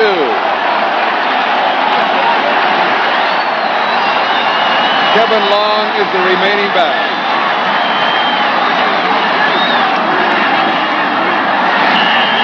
It'll be close to the first down. It didn't look like a very good exchange between the quarterback and the running back on that play. Robert L. Jackson, the defensive linebacker, makes the tackle. They might as well wait till the 2-minute warning comes up. Officials wind the clock. It will be 4th down and about a half a yard. Pat Leahy with Tim Maresco to hold. Maresco number 37. Normally, Matt Robinson, the quarterback, is the holder. He has the bad thumb. It is wrapped, so Maresco is holding. The clock moves to 2 minutes. We'll take a timeout. We're tied at 19-19, 2 minutes to go. Lynn Dawson, 2 minutes to go in the ballgame. 4th down, about half a yard to go. Pat Leahy is in the kick, and his holder, Matt Robinson, the quarterback, jam, thumb, and all, will be holding for Pat Leahy. Well, I'll tell you, a holder for an extra point field goal kicker is kind of like maybe a catcher for a knuckleball thrower. They have to feel that confidence that that man is going to do the job. He did it. 11. He did it. It is there from the 11, 21 yards away. The Jets have the lead. Pat Leahy, after missing the last extra point. Very good hold. Straight up, no laces. Follow through by the kicker was excellent. You see him jumping off the field, you know that he made that one. The Jets. Last time it was Ricky Beecher. Beecher fumbled on the return. Remember the overtime game, though, last year, the Browns and the Jets? It was Greg Pruitt who set it up with a kickoff return, and then he either carried or received the ball on every play. Charlie, who do you kick it to now? You got Pruitt back there. And Keith Wright? Oh, I think kick it through the end zone so they can't return it. Either that or a line drive float type of kick. Nope, except Pruitt. Pruitt at the 5-yard line. Greg is to the 20, the 25, and they drop him at the 27-yard line. Flag is down. They're going to get the Jets for filing on unnecessary roughness. Very aggressive, but you can't be overly aggressive because that could add 15 more yards onto that play. Personal foul, clipping against Cleveland.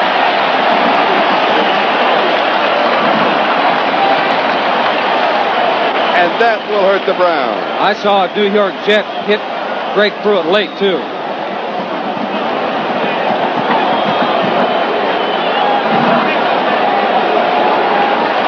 They spot the ball at the 13.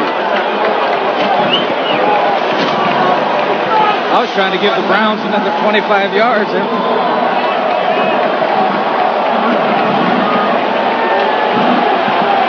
So Cleveland now with 1:53 remaining. Their work is cut out. They trail by 3. Sight goes deep into coverage. Newsom, a great reception. No, coming up with it is Schaefer Suggs. He steals the ball away from Newsom. The Jets have the football. Suggs with the best of the day, or maybe the decade. He took that ball right away from number 82, Ozzie Newsom. Newsom almost came up with a great catch. The ball was underthrown. Schaefer Suggs just took it away from him. The officials are back there now debating the situation.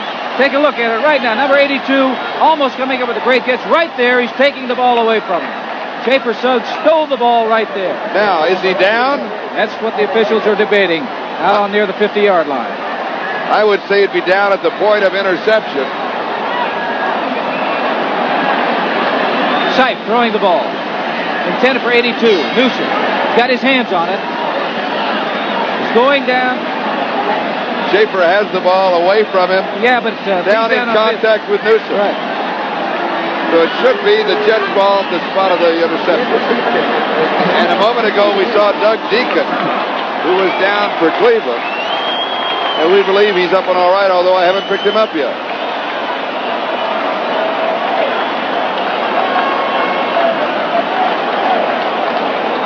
And that is what the officials call the Jets have the ball at the interception, spot of the interception, which is the Cleveland 48-yard line, first down, with now a minute 38 remaining in the game. Charlie, I think to clarify a situation, you don't have to tackle a man. All you have to do is touch him if he's down with the football. Cannot advance it after that. And now Doug Deacon he was still on the far side of the field, is coming across the field with the team doctors. But Deacon is coming across the field under his own power at the left 35-yard line. I'll say this about Walt Michaels. He doesn't get or show that much excitement. He has things pretty much under control on the sidelines during the football game. And I know he is not always that way. But you go back to the gamble with 6 minutes and 44 seconds to go. Cleveland gamble. 4th down and inches. And they did not make it on their own 34-yard line. Now the Jets just need to run out the football. Flag is down. I think what has happened there, an offensive lineman looked like jumped off sides before the snap of the ball. Which has happened. What you don't want to do, when you're in the huddle, the quarterback's telling those people, look, 2 things we don't want. We don't want any penalties. Don't be off sides. Do not hold. And you backs, when you get the ball, get both arms around that ball, clutch onto it, don't cough it up.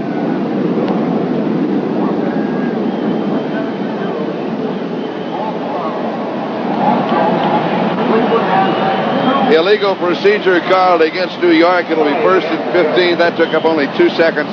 Now there's 1:36 remaining. The ball now at the Jets' 36-yard line.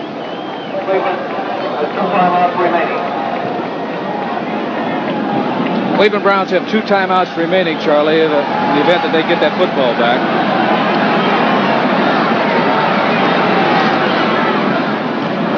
Yet I told you, both arms around that football, and he didn't want to continue outside because they'd have run him out of bounds, and that would have stopped the clock.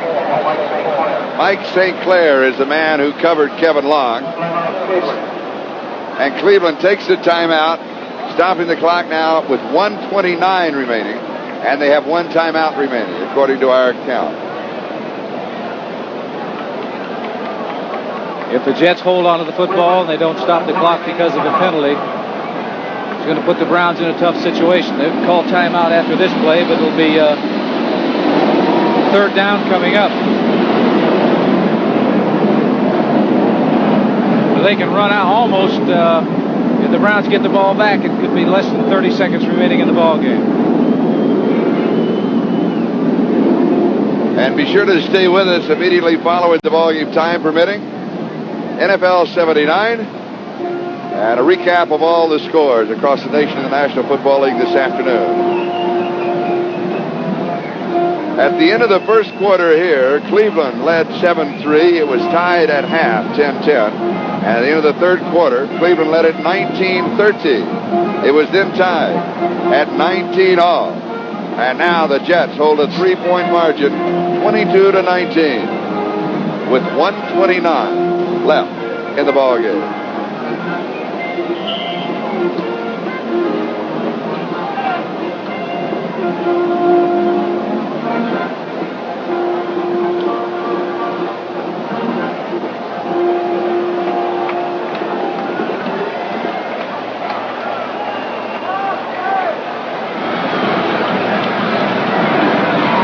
Second and 15.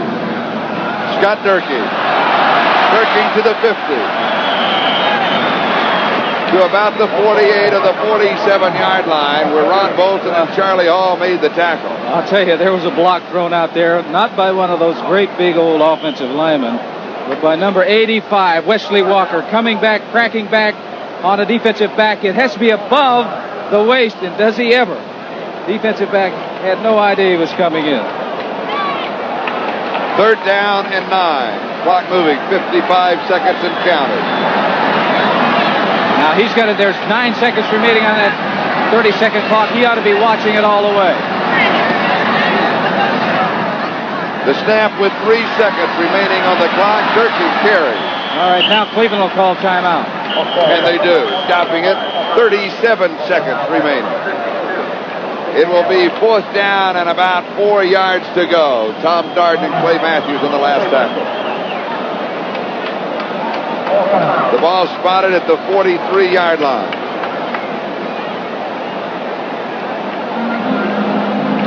They're going to have to go after it, Charlie, hoping to block this punt, because if they get the punt off, they're going to have a long way to go with no timeouts remaining.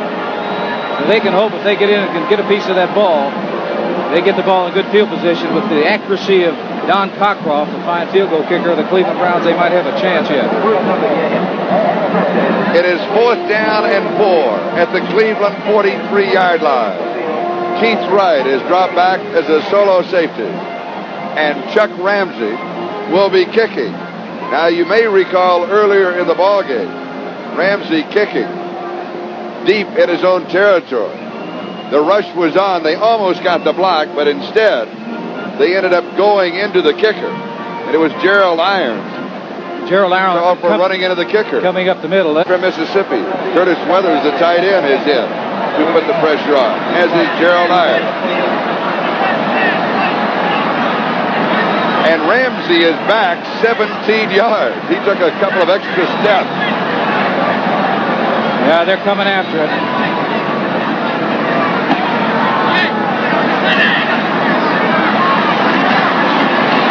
He gets it off. Not that good a kick, and it goes out of bounds. That stops the clock with 30 seconds to go. And the ball is at the 16-yard line.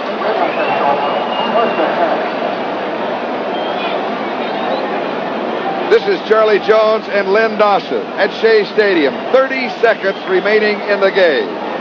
Moments ago, it was tied 19-19. But then Pat Leahy, after missing an extra point earlier, as did Don Cockcroft, this time Matt Robinson, the quarterback, with a bandaged thumb, his normal holder, came in and held for him. Tim Resco had been holding before.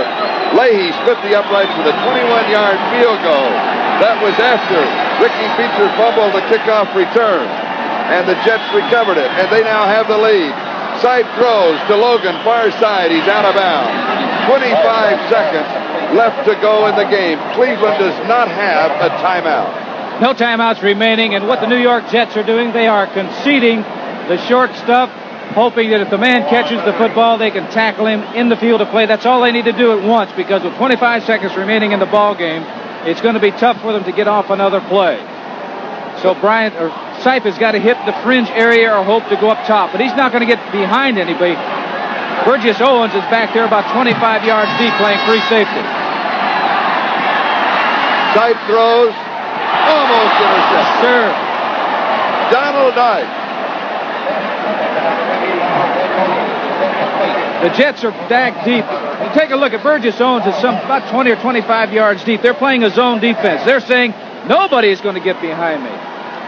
Number 26, Donald Dykes, almost came up with an interception there.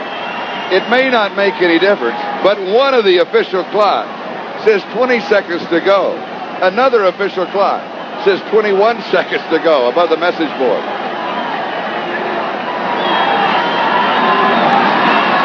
Second and 10. Sipe throws deep over the middle. It's incomplete. Looking for number 82, Ozzie Newsome. Got a hit in front of somebody, but there's no way, as I said, that they're going to be able to get behind this New York Jet secondary because they're lining up 20 or 25 yards deep. Quick recap of the scoring. Leahy, a 35-yard field goal. Brian Sipe, a touchdown pass to Greg Pruitt. Matt Robinson, a quarterback sneak from a half-yard out. Cockcroft, 31-yard field goal. It was tied at halftime, 10-10. Second half, Sipe to Newsome, 17 yards. Leahy, a 24-yard field goal for the Jets. Cockcroft, a 36-yard field goal. Kevin Long from 6 yards out. 2 missed extra points. Then Pat Leahy with a 21-yard field goal and the lead. Deep far side. It is tipped, caught, inbounds, and then out, stopping the clock. 32, maybe 33-yard line. 8 seconds left. Dave Logan. This is a prayer shot here. He's just throwing it up in the air, hoping that number 85, Dave Logan, a basketball player, along with being a football player in Colorado, can come up with it, and he comes up with a great catch. This is following the football by the receiver, number 85, Dave Logan. Defensive men are in great position. That's number 26, Donald Dykes. He was in great position, but Logan just came up with it. 7 seconds remaining. One says 7, the other says 8. With less than 10 seconds remaining in the ball game. And now, Cockcroft, number 12. His experience matches his numbers. Penalty against the Jets. Now well within field goal range. Let's listen. Number 99, defense, personal foul, roughing the passer. First down. Yes to no. Call for roughing the passer. Charlie. Our intention, we were looking downfield. I never saw it. Do you remember early in the game when Sipe threw that pass and number 99 and our crew caught it when he pushed him? Said that it was a no-no. From the 25, a kick of 35 for the tie and overtime. Cockcroft, it is up. It is good. 5 seconds still left. We are tied. And we look to overtime at Shea Stadium. Cockcroft is now hit from 31, 36, and 22 yards out.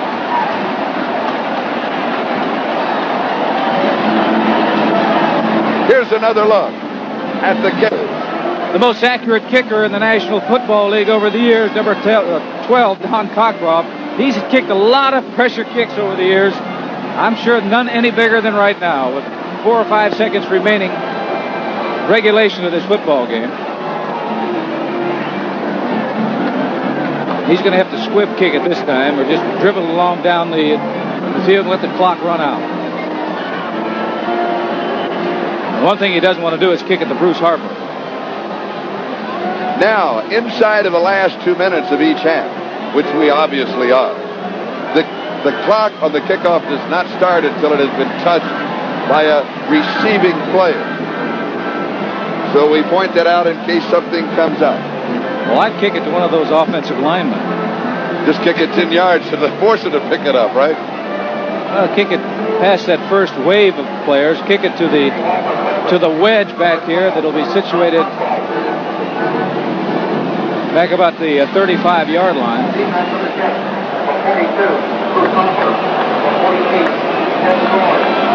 Bruce Harper is deep along with Ken Schroy.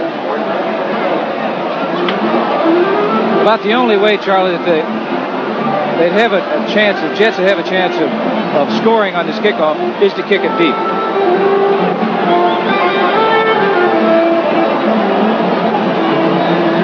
Because you got to figure any of those men up front, they're not going to be able to run 60 yards or so for a touchdown. And now Cockcroft will be kicking off. Yeah, that's exactly what they did. You're right. All right. Coming up with the football is John Hennessy. And with Hennessy's return, time runs out in regulation play. However, we're now into overtime. We will go to first point scored or the end of another 15 minutes of play. That would be the end of overtime, and it would go in as a tie ball. We got to find out who wins the toss first. They're going to have a coin toss. And the call here is just as important as anything else that may transpire. Randy Rasmussen comes out and Burgess Owens comes out. For the Jets, Cockcroft is out. Ryan Seif is out. Along with Charlie Hall for the Cleveland Browns. The New York Jets had a lot of breaks late there to get ahead. It's all going their way, but one break for the Cleveland Browns. Call. Tails is thrown. The Jets win the toss. They will receive.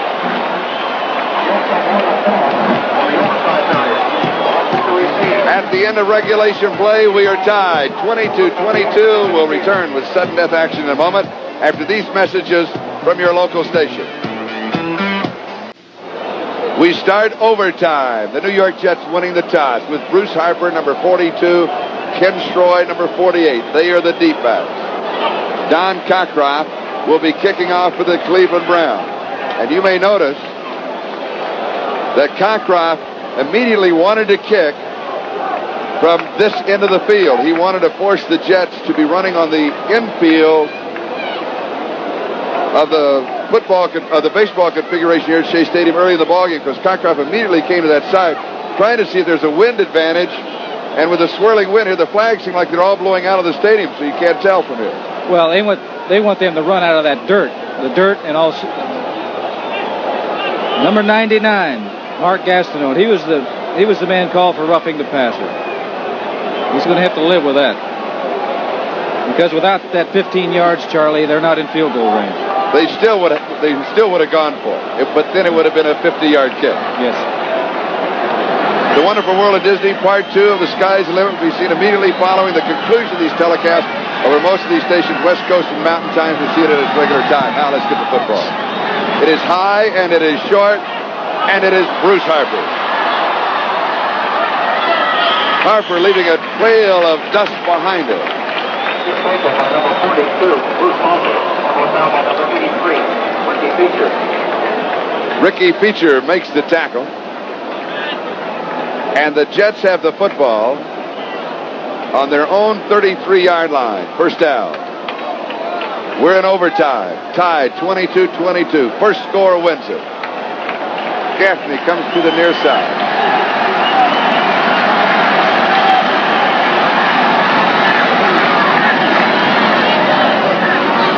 Kevin Long outside the 45-yard line, 47-yard line, first down. Matthews makes the tackle.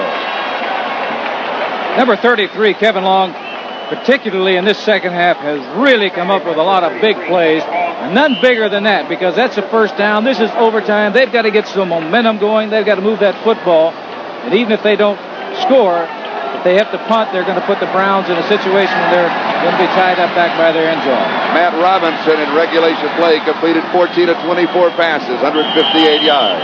He goes to Long again. Scott Durkee had 76 yards rushing. Wesley Walker, 3 receptions, 47 yards. Sims with the last tackle. Please report to the police booth. Second and 9. That's what the Cleveland Browns wanted to do, put them in that second and long situation as opposed to second and medium, second and 4 or 5. Force them into a passing situation. They stay on the ground. Durkee.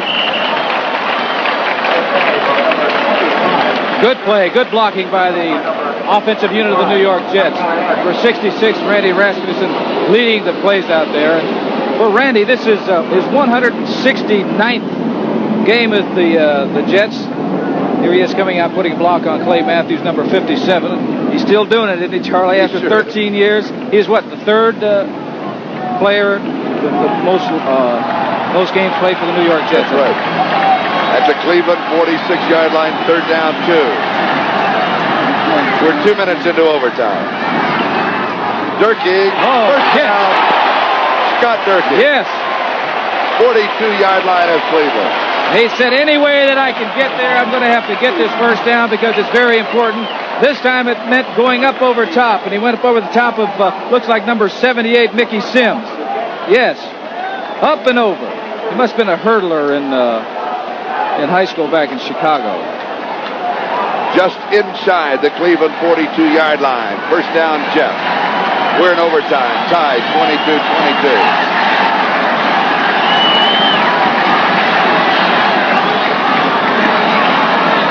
Yes, Pass sir. is there.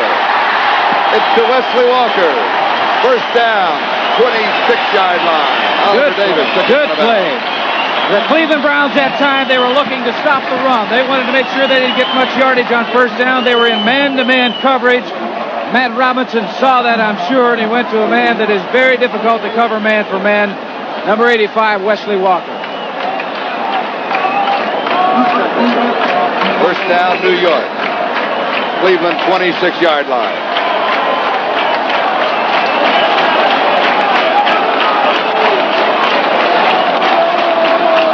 Walker this side.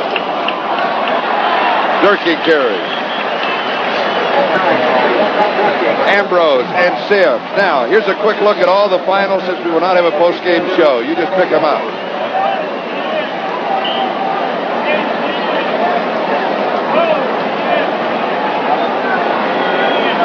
Clark Gaines comes in for Kevin Long.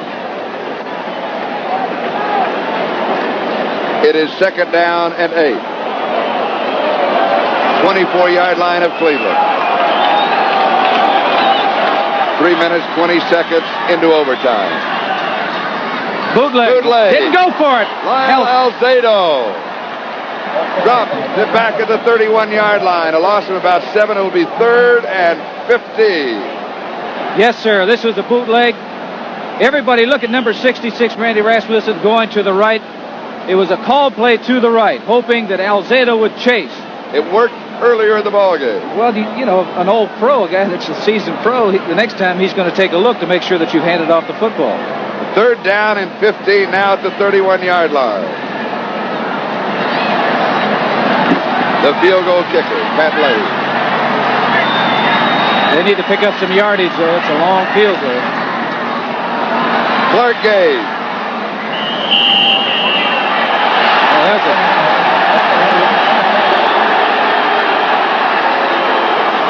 The people here are complaining they thought that maybe number 74, Mike St. Clair, who come leaping into the pile there late, should have been called for unnecessary roughness.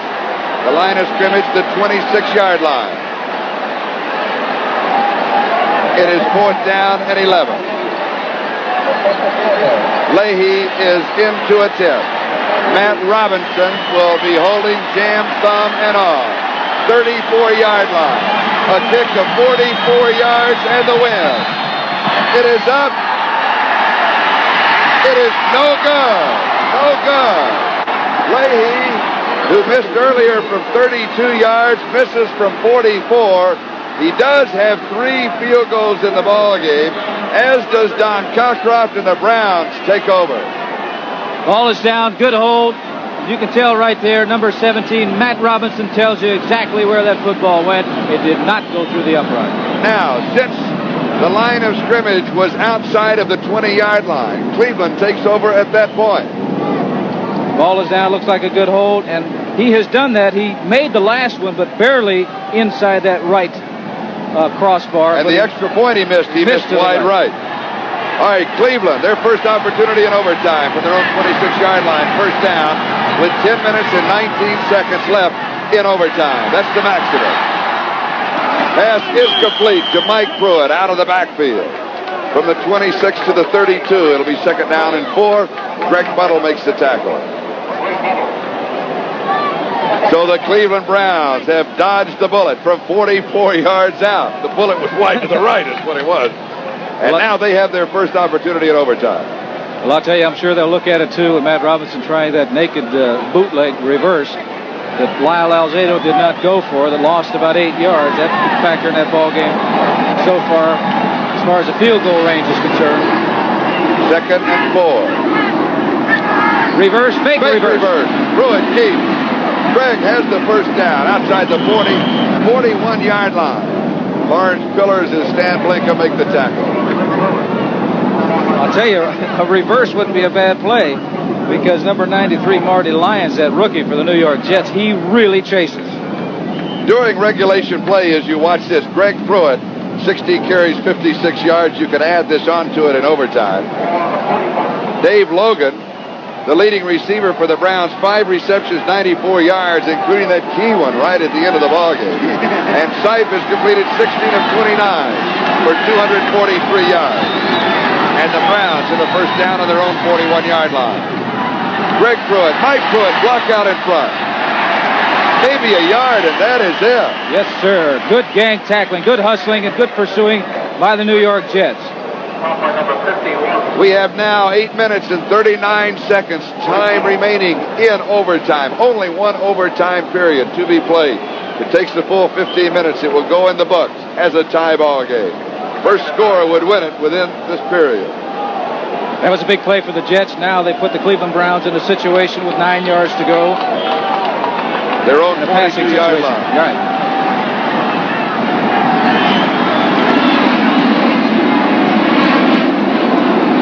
Reggie Rucker is wide to the near side. Oh. Pruitt is nailed. Oh, Blinko really nailed. Blinko, the rookie from Sam Houston State, number 54, taken in the 5th round from Rockdale, Texas, a town of 4,000. And he said, I was not even the best football player there. Well, I'll tell you, he guessed right on this one because he's coming straight ahead and gets a shoulder and arm into number 34, Greg Pruitt. A loss of a yard. It is third down and 10. Yeah, now they got to throw the football. Now if they get any kind of pass rush on sight, put a lot of pressure on them. Pass is there, caught by Newsom, and he is decked immediately by Bobby Jackson. He is stunned, and he holds on to the football. Ozzie Newsom. He was nailed. It's amazing that he held on to the football, Charlie. And if I read lips, he says, I'm all right. Well, he probably got the wind knocked out of him, and he really did because he makes the catch right here. And look at the concentration on it. Coming up is Bobby Jackson, number 40, and times it just after he gets his hand on the ball, and he does maintain the football. Big play for the Cleveland Browns because it picks up a first down. Now, Jackson is 5'9" and 175. Newsom is 6'2", 232. If it had been the other way around, Charlie, the ball would have gone way at the Jets' 44-yard line.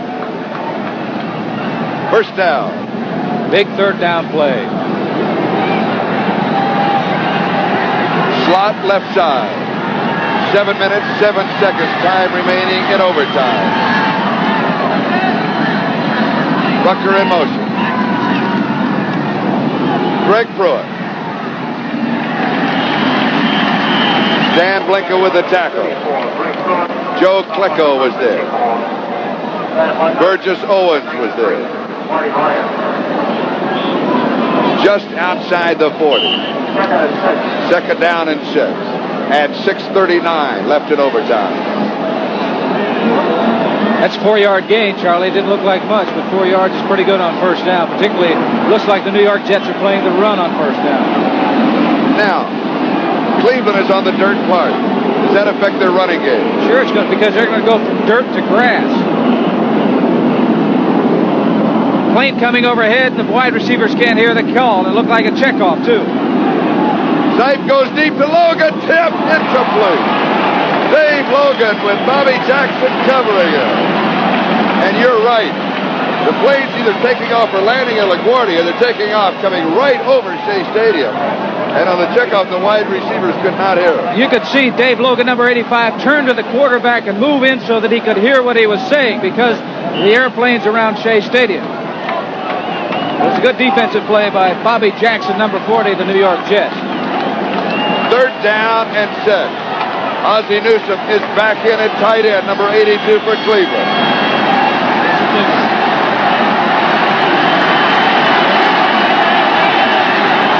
These fans here at Shea Stadium are coming alive. They know this is a big play. Timeout.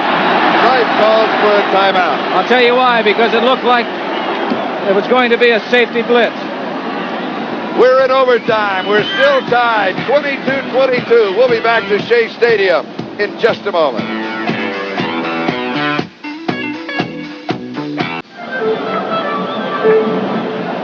This is Charlie Jones and Lynn Dawson. We have 6:08 time remaining in an overtime period. There would be only one if there is no score. It would be a tie ball game. The ball is at the Jets' 40-yard line, and it is third down and 6.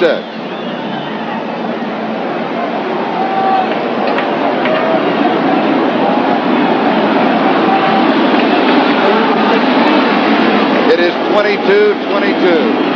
Don Cockcroft with 3 field goals. And Leahy with 3. But Leahy has missed twice, from 32 yards away and 44 yards away. And they both missed an extra point. Sipe drops it off over the middle to Mike Pruitt. It will be close very to the first close. down. Depending on where they set that ball down, Charlie.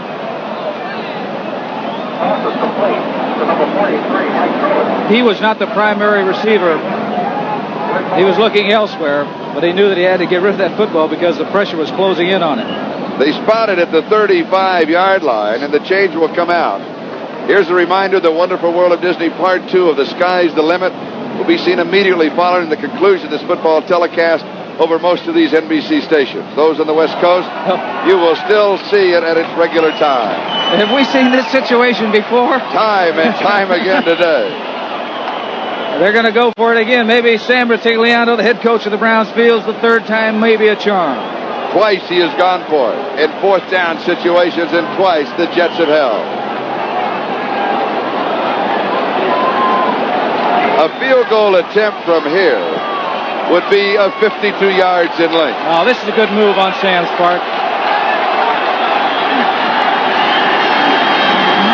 He's got to go for it. You got to go to win this football game.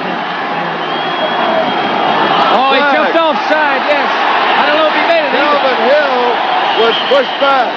There was movement on the right side of the Cleveland Brown line. Burgess Owens for the defense matched the play.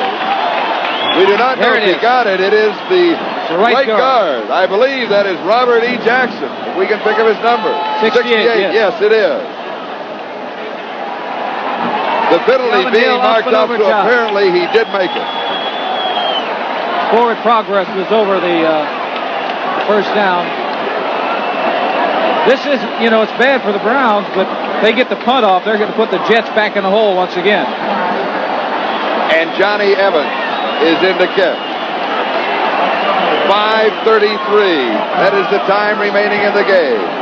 With Bruce Harper deep, Ken Stroy and Tim Moresco will be on the wing. Jets are going to call a timeout. They want to get organized out there and make sure they know exactly what they're going to be doing. While we have a timeout, here's a rundown of all the scores. Houston coming from behind to defeat Washington. Everything is a final. Philadelphia over the Giants. Miami edging Buffalo.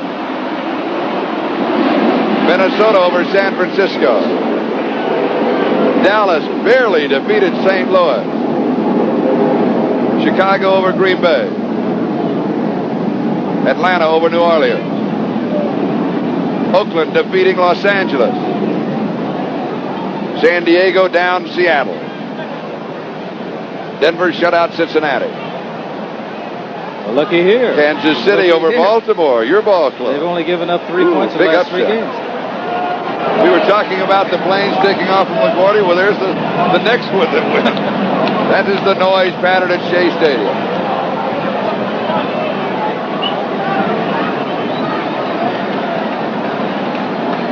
Bruce Harper will be deep with Ken Stroy and Tim Moresco on the wings. They are primarily there to block. And Johnny Evans will be kicking, I believe, for the second time in the ballgame. This man was a quarterback in college, so I know he can throw the football. I don't know whether the Browns would ever want to chance it, but there's room back there. He could do it. There's nobody in the middle area to cover anybody. He could have tricky footing, too, because he goes to the skip. Blocked it! Donald Dykes! Dykes blocks it! The man who blocked 2 in preseason play. He blocked 12 in college, and he blocks his first official NFL kick. Cleveland says that they recovered a fumble. It doesn't make any difference. There was never possession. It will be the Jets' ball. Once the kick is blocked, you have given it up unless the receiving team has possession and then fumble. There was never possession. It's the Jets' ball. One thing, I didn't think that they'd go after the kicker and try to block it, but they did.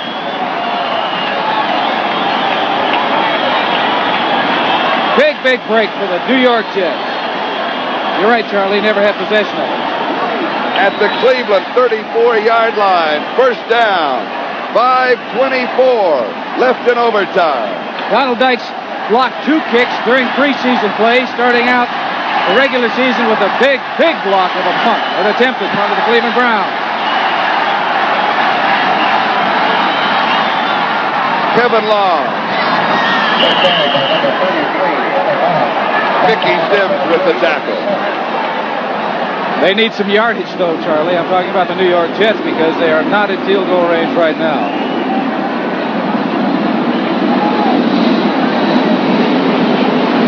Five minutes left in overtime. So we are 2/3 into the only period of overtime we would play if there is no score. 2nd and 10. Cleveland 34-yard line. Kevin Long, straight, inside the 30, maybe at the 30-yard line.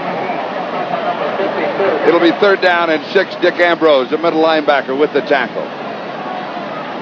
That is now, field goal range would be 47 yards. The holder 7 yards back and add another 10 for the end zone. That's a long kick. They're bringing in number 42, Bruce Harper, and number 21, Clark Gaines in the backfield. They like to throw to them in this situation, 3rd and 6. And here is Pat Leahy. He's not nervous. He's saying, score a touchdown. Please. He's 3 and 3. 3 field goals. He has missed 2 field goals. He's missed an extra point. No, wobbly pass. Flag is down. There's a marker down. Yes, Lyle Zato is pointing to number 72, Chris Ward.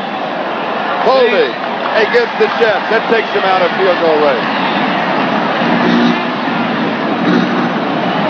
But they will have the down over. If they accept the penalty. Oh, I would have to accept this penalty, wouldn't you? Number 77, Lyle Alzado. In the white, in the green, number 72, Chris Ward. Oh, now we will have controversy over that. We can look at that again. This is what the Jets were talking about against the Giants. And they say that in this situation that Chris Ward has his hands inside of the frame of his own body, that the defender is the man who turned. And his hands are inside the frame of his body, unless he has a hold of the jersey. That is the key out. Back to the 40-yard line. 3rd down, 16. Robinson throws, wobbly pass, incomplete. Barkett, the intended receiver.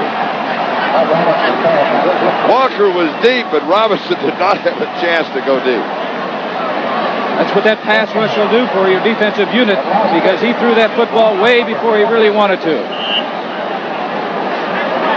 Chuck Ramsey is into punt. We now have 4 minutes and 4 seconds left in overtime.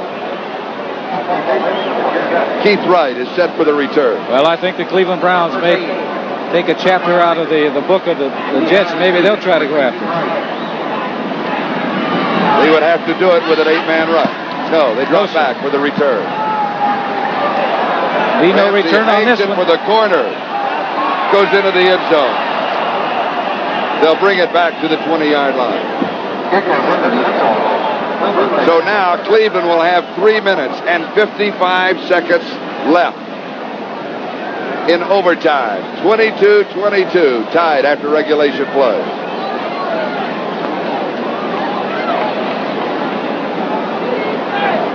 No one has left this Shea Stadium ballpark.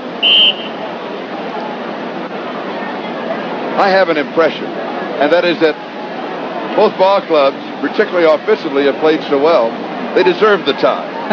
Well, I'll tell you that they're look back and they could say, if this hadn't happened or we hadn't done this, we created our own problems. They're all correctable mistakes that they made. But both teams have had opportunities to win this football game. It's not over yet. Sipe goes to the air, drops it off. Out of the backfield is Mike Pruitt to the 26-yard line. It'll be second down 4. Schaefer Suggs and Stan Blinken make the tackle.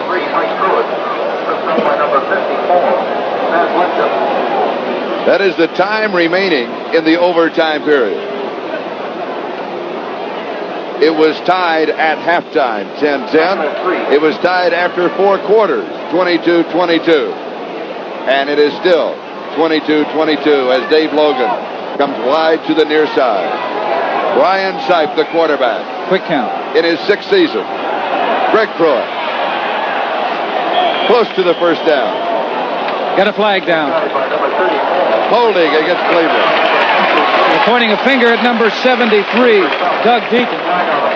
He's debating that call. You take a look at those players out there right now, and they look tired, and I'm sure that they are because it's been a long, grueling afternoon for both teams. And they've got to play again next week because there's going to be a ball game for the next 16 weeks. But mentally is the way that it affects you, not so much physically, because in a day or two you're back physically and there's no major problem. Don't forget the Wonderful World of Disney, Part 2 of The Sky's the Limit will be seen immediately following the conclusion of this football telecast over most of these NBC stations. On the West Coast and most Mountain Time Zone stations, the Wonderful World of Disney will be seen at its regular time. Into the Cleveland backfield, number 30, Cleo Miller, came running into Brian Sipe to give him a play. So this play is coming from the bench. Second and 14 at the Cleveland 16-yard line.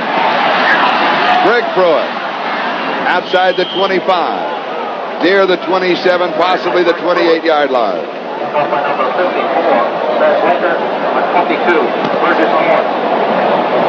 It'll be third down and 3. And now Calvin Hill comes in.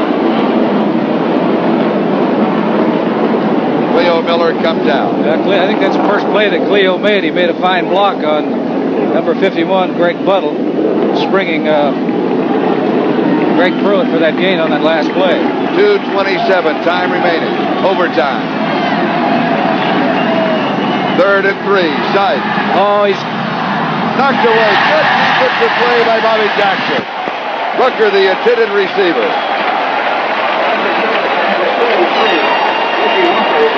Fourth and 3, and Johnny Evans will be kicking. Got 2:18 remaining in this football game, regardless of what happens. Bruce Harper is back by himself. The Jets now with 10 men on the line. I'm sure they're looking to where and number... Dykes moves inside. Now they're looking for him. Dykes is third in from the defensive right end. He didn't waste much time getting that kick off. A good kick. Harper takes it over his shoulder. He's back at the 21. That kind of crawls to the 24, maybe the 25-yard line. A great kick by Johnny Evans. So the Jets take over. We have 2:07 left to go. And let's do a little of our house cleaning, because as soon as this game's over, we'll be going away. Not now, of course, but when the game's over. So this is a reminder. The executive producer of NBC's football is Don Omeyer, and the telecast of today's game has been produced by Mike Weissman, directed by Ken Fouts. Our technical director, Bruce Berquist, and Randy Wands, our associate director. And gentlemen, along with everybody else on the crew, including our cameramen who do a tremendous job, have done it once again. The Jets on their own 25-yard line, first down. Robinson over the middle. Wesley Walker. Look out. Walker to the 50. Walker to the Cleveland 41-yard Flag is line. down. And a flag is down back at the 12-yard line. And Alzado says it's on the New York Jets. Holding against the Jets. That penalty will show up as 10 yards. But it's closer to 50 yards. Yes, sir. The gain that they made, taking it back, what they lost. Big, big play. Number 68, holding. Holding on the rookie right guard, Eric Cunningham of Penn State. Right guard, Eric Cunningham. He's a rookie. A good pass blocker, too. See, they're doubling up on Jerry Shirk. They got a hold of everything there. Got a hold of his jersey.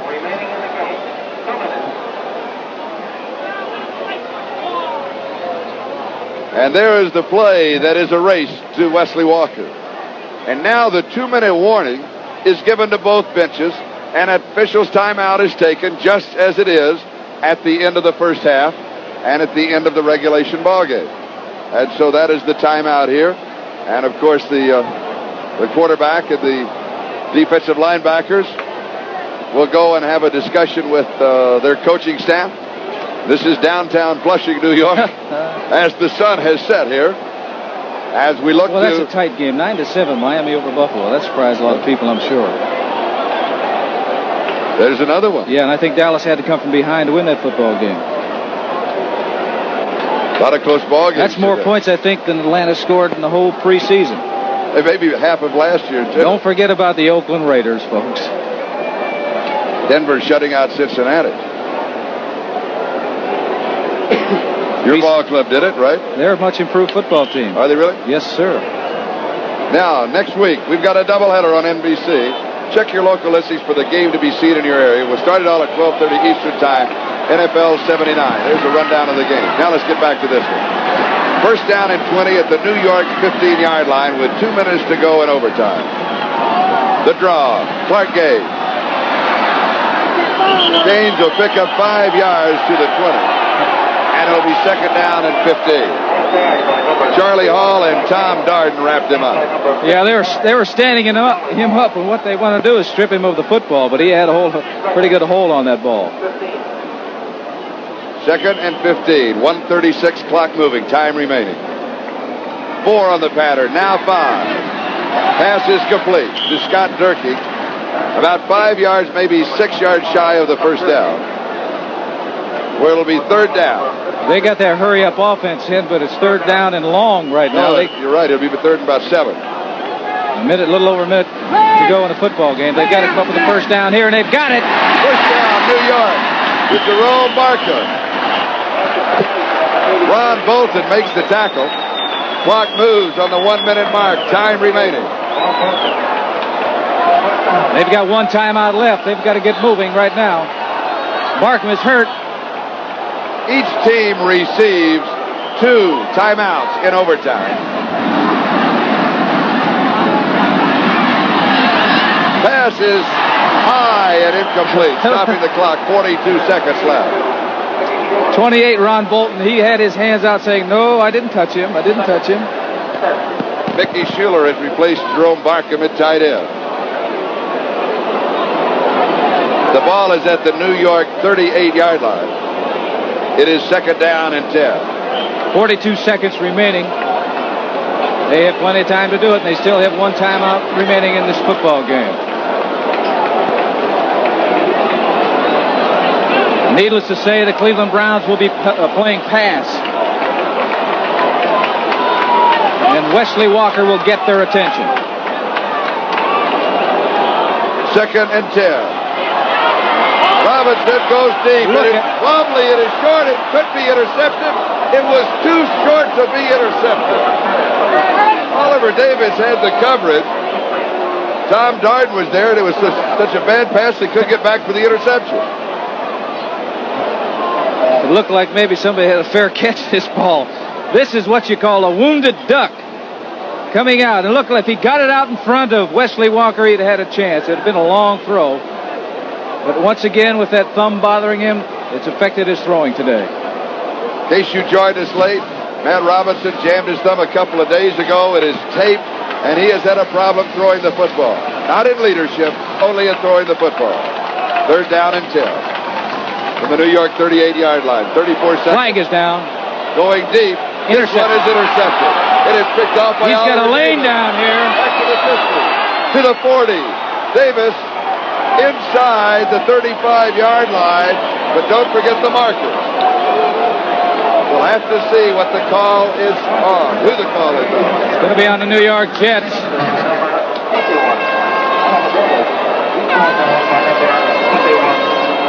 Clock is stopped, 24 seconds. Zone defense. Ball is underthrown once again because one thing you don't want to do is throw it short. Either it be long enough or too long, but never too short on a play like that. So Cleveland will have the football at the New York Jet 31-yard line, 1st down. You see the pass here, way behind the offensive receiver. Number 21 is Oliver Davis coming up with the interception. 24 seconds left in overtime. And one timeout left. Don Cockcroft is on the bench. An excellent kicker. They've got time to do it. Side throws. Wide Logan. open. He's got him. Dave Logan at the 10-yard line. It'll be 1st down. 18 seconds remaining in overtime. And they'll do it right now. They don't want to wait. Cockcroft is in. One good reason why they're doing it now, if there's a bad snap from center, this is 1st down situation. They could fall on that ball, call timeout, and still have another opportunity to kick it. They don't care, it's just... That's the thinking of a veteran quarterback. Right. Way to go, Lynn Dawson. All right, from the 17-yard line. 27 yards. And the victory. Logan holding. Cockcroft. Kick is there. It is gone. From 27 yards away. 14 minutes and 45 seconds into overtime. 27 yards away, Don Cockcroft, his 4th field goal of the ball game. Nothing warms the hearts of NFL fans more than the thrill of sudden death overtime. There were 3 such nail-biters in the season's opening week. One in New York, where the Jets and Browns put the ball in the air 67 times.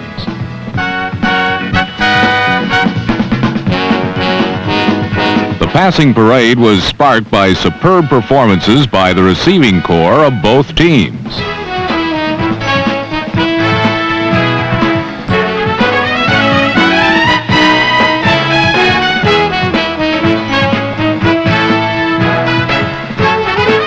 Old pro Reggie Rucker, number 33, showed the value of great concentration, never taking his eyes off the ball while being tackled. But the biggest catch of the game came on Brian Sipes' wing and a prayer that 6'5" Dave Logan, number 85, pulled in at the right sideline. It helped bring the Browns back from behind. Despite the aerial fireworks, this was a game decided in the trenches, particularly by one man, number 77, Lyle Alzado, who beat a steady tattoo on the Jets' powerful Chris Ward, number 72. Alzado sacked Matt Robinson 3 times. On one brilliant play, he refused to be fooled by a phalanx of blockers pulling right and undressed Robinson's naked reverse for a big loss.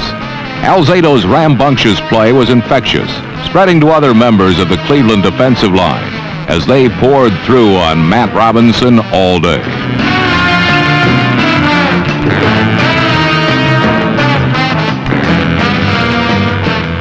This has been a Cleveland weakness in the past and precipitated the trade that brought Alzado east from Denver. It appears what once was a major liability is now a source of strength for the Browns. The play that turned the game came in overtime when Robinson, a regular for the first time since high school, put the ball up short, right into the eager hands of number 21, Cleveland cornerback Oliver Davis.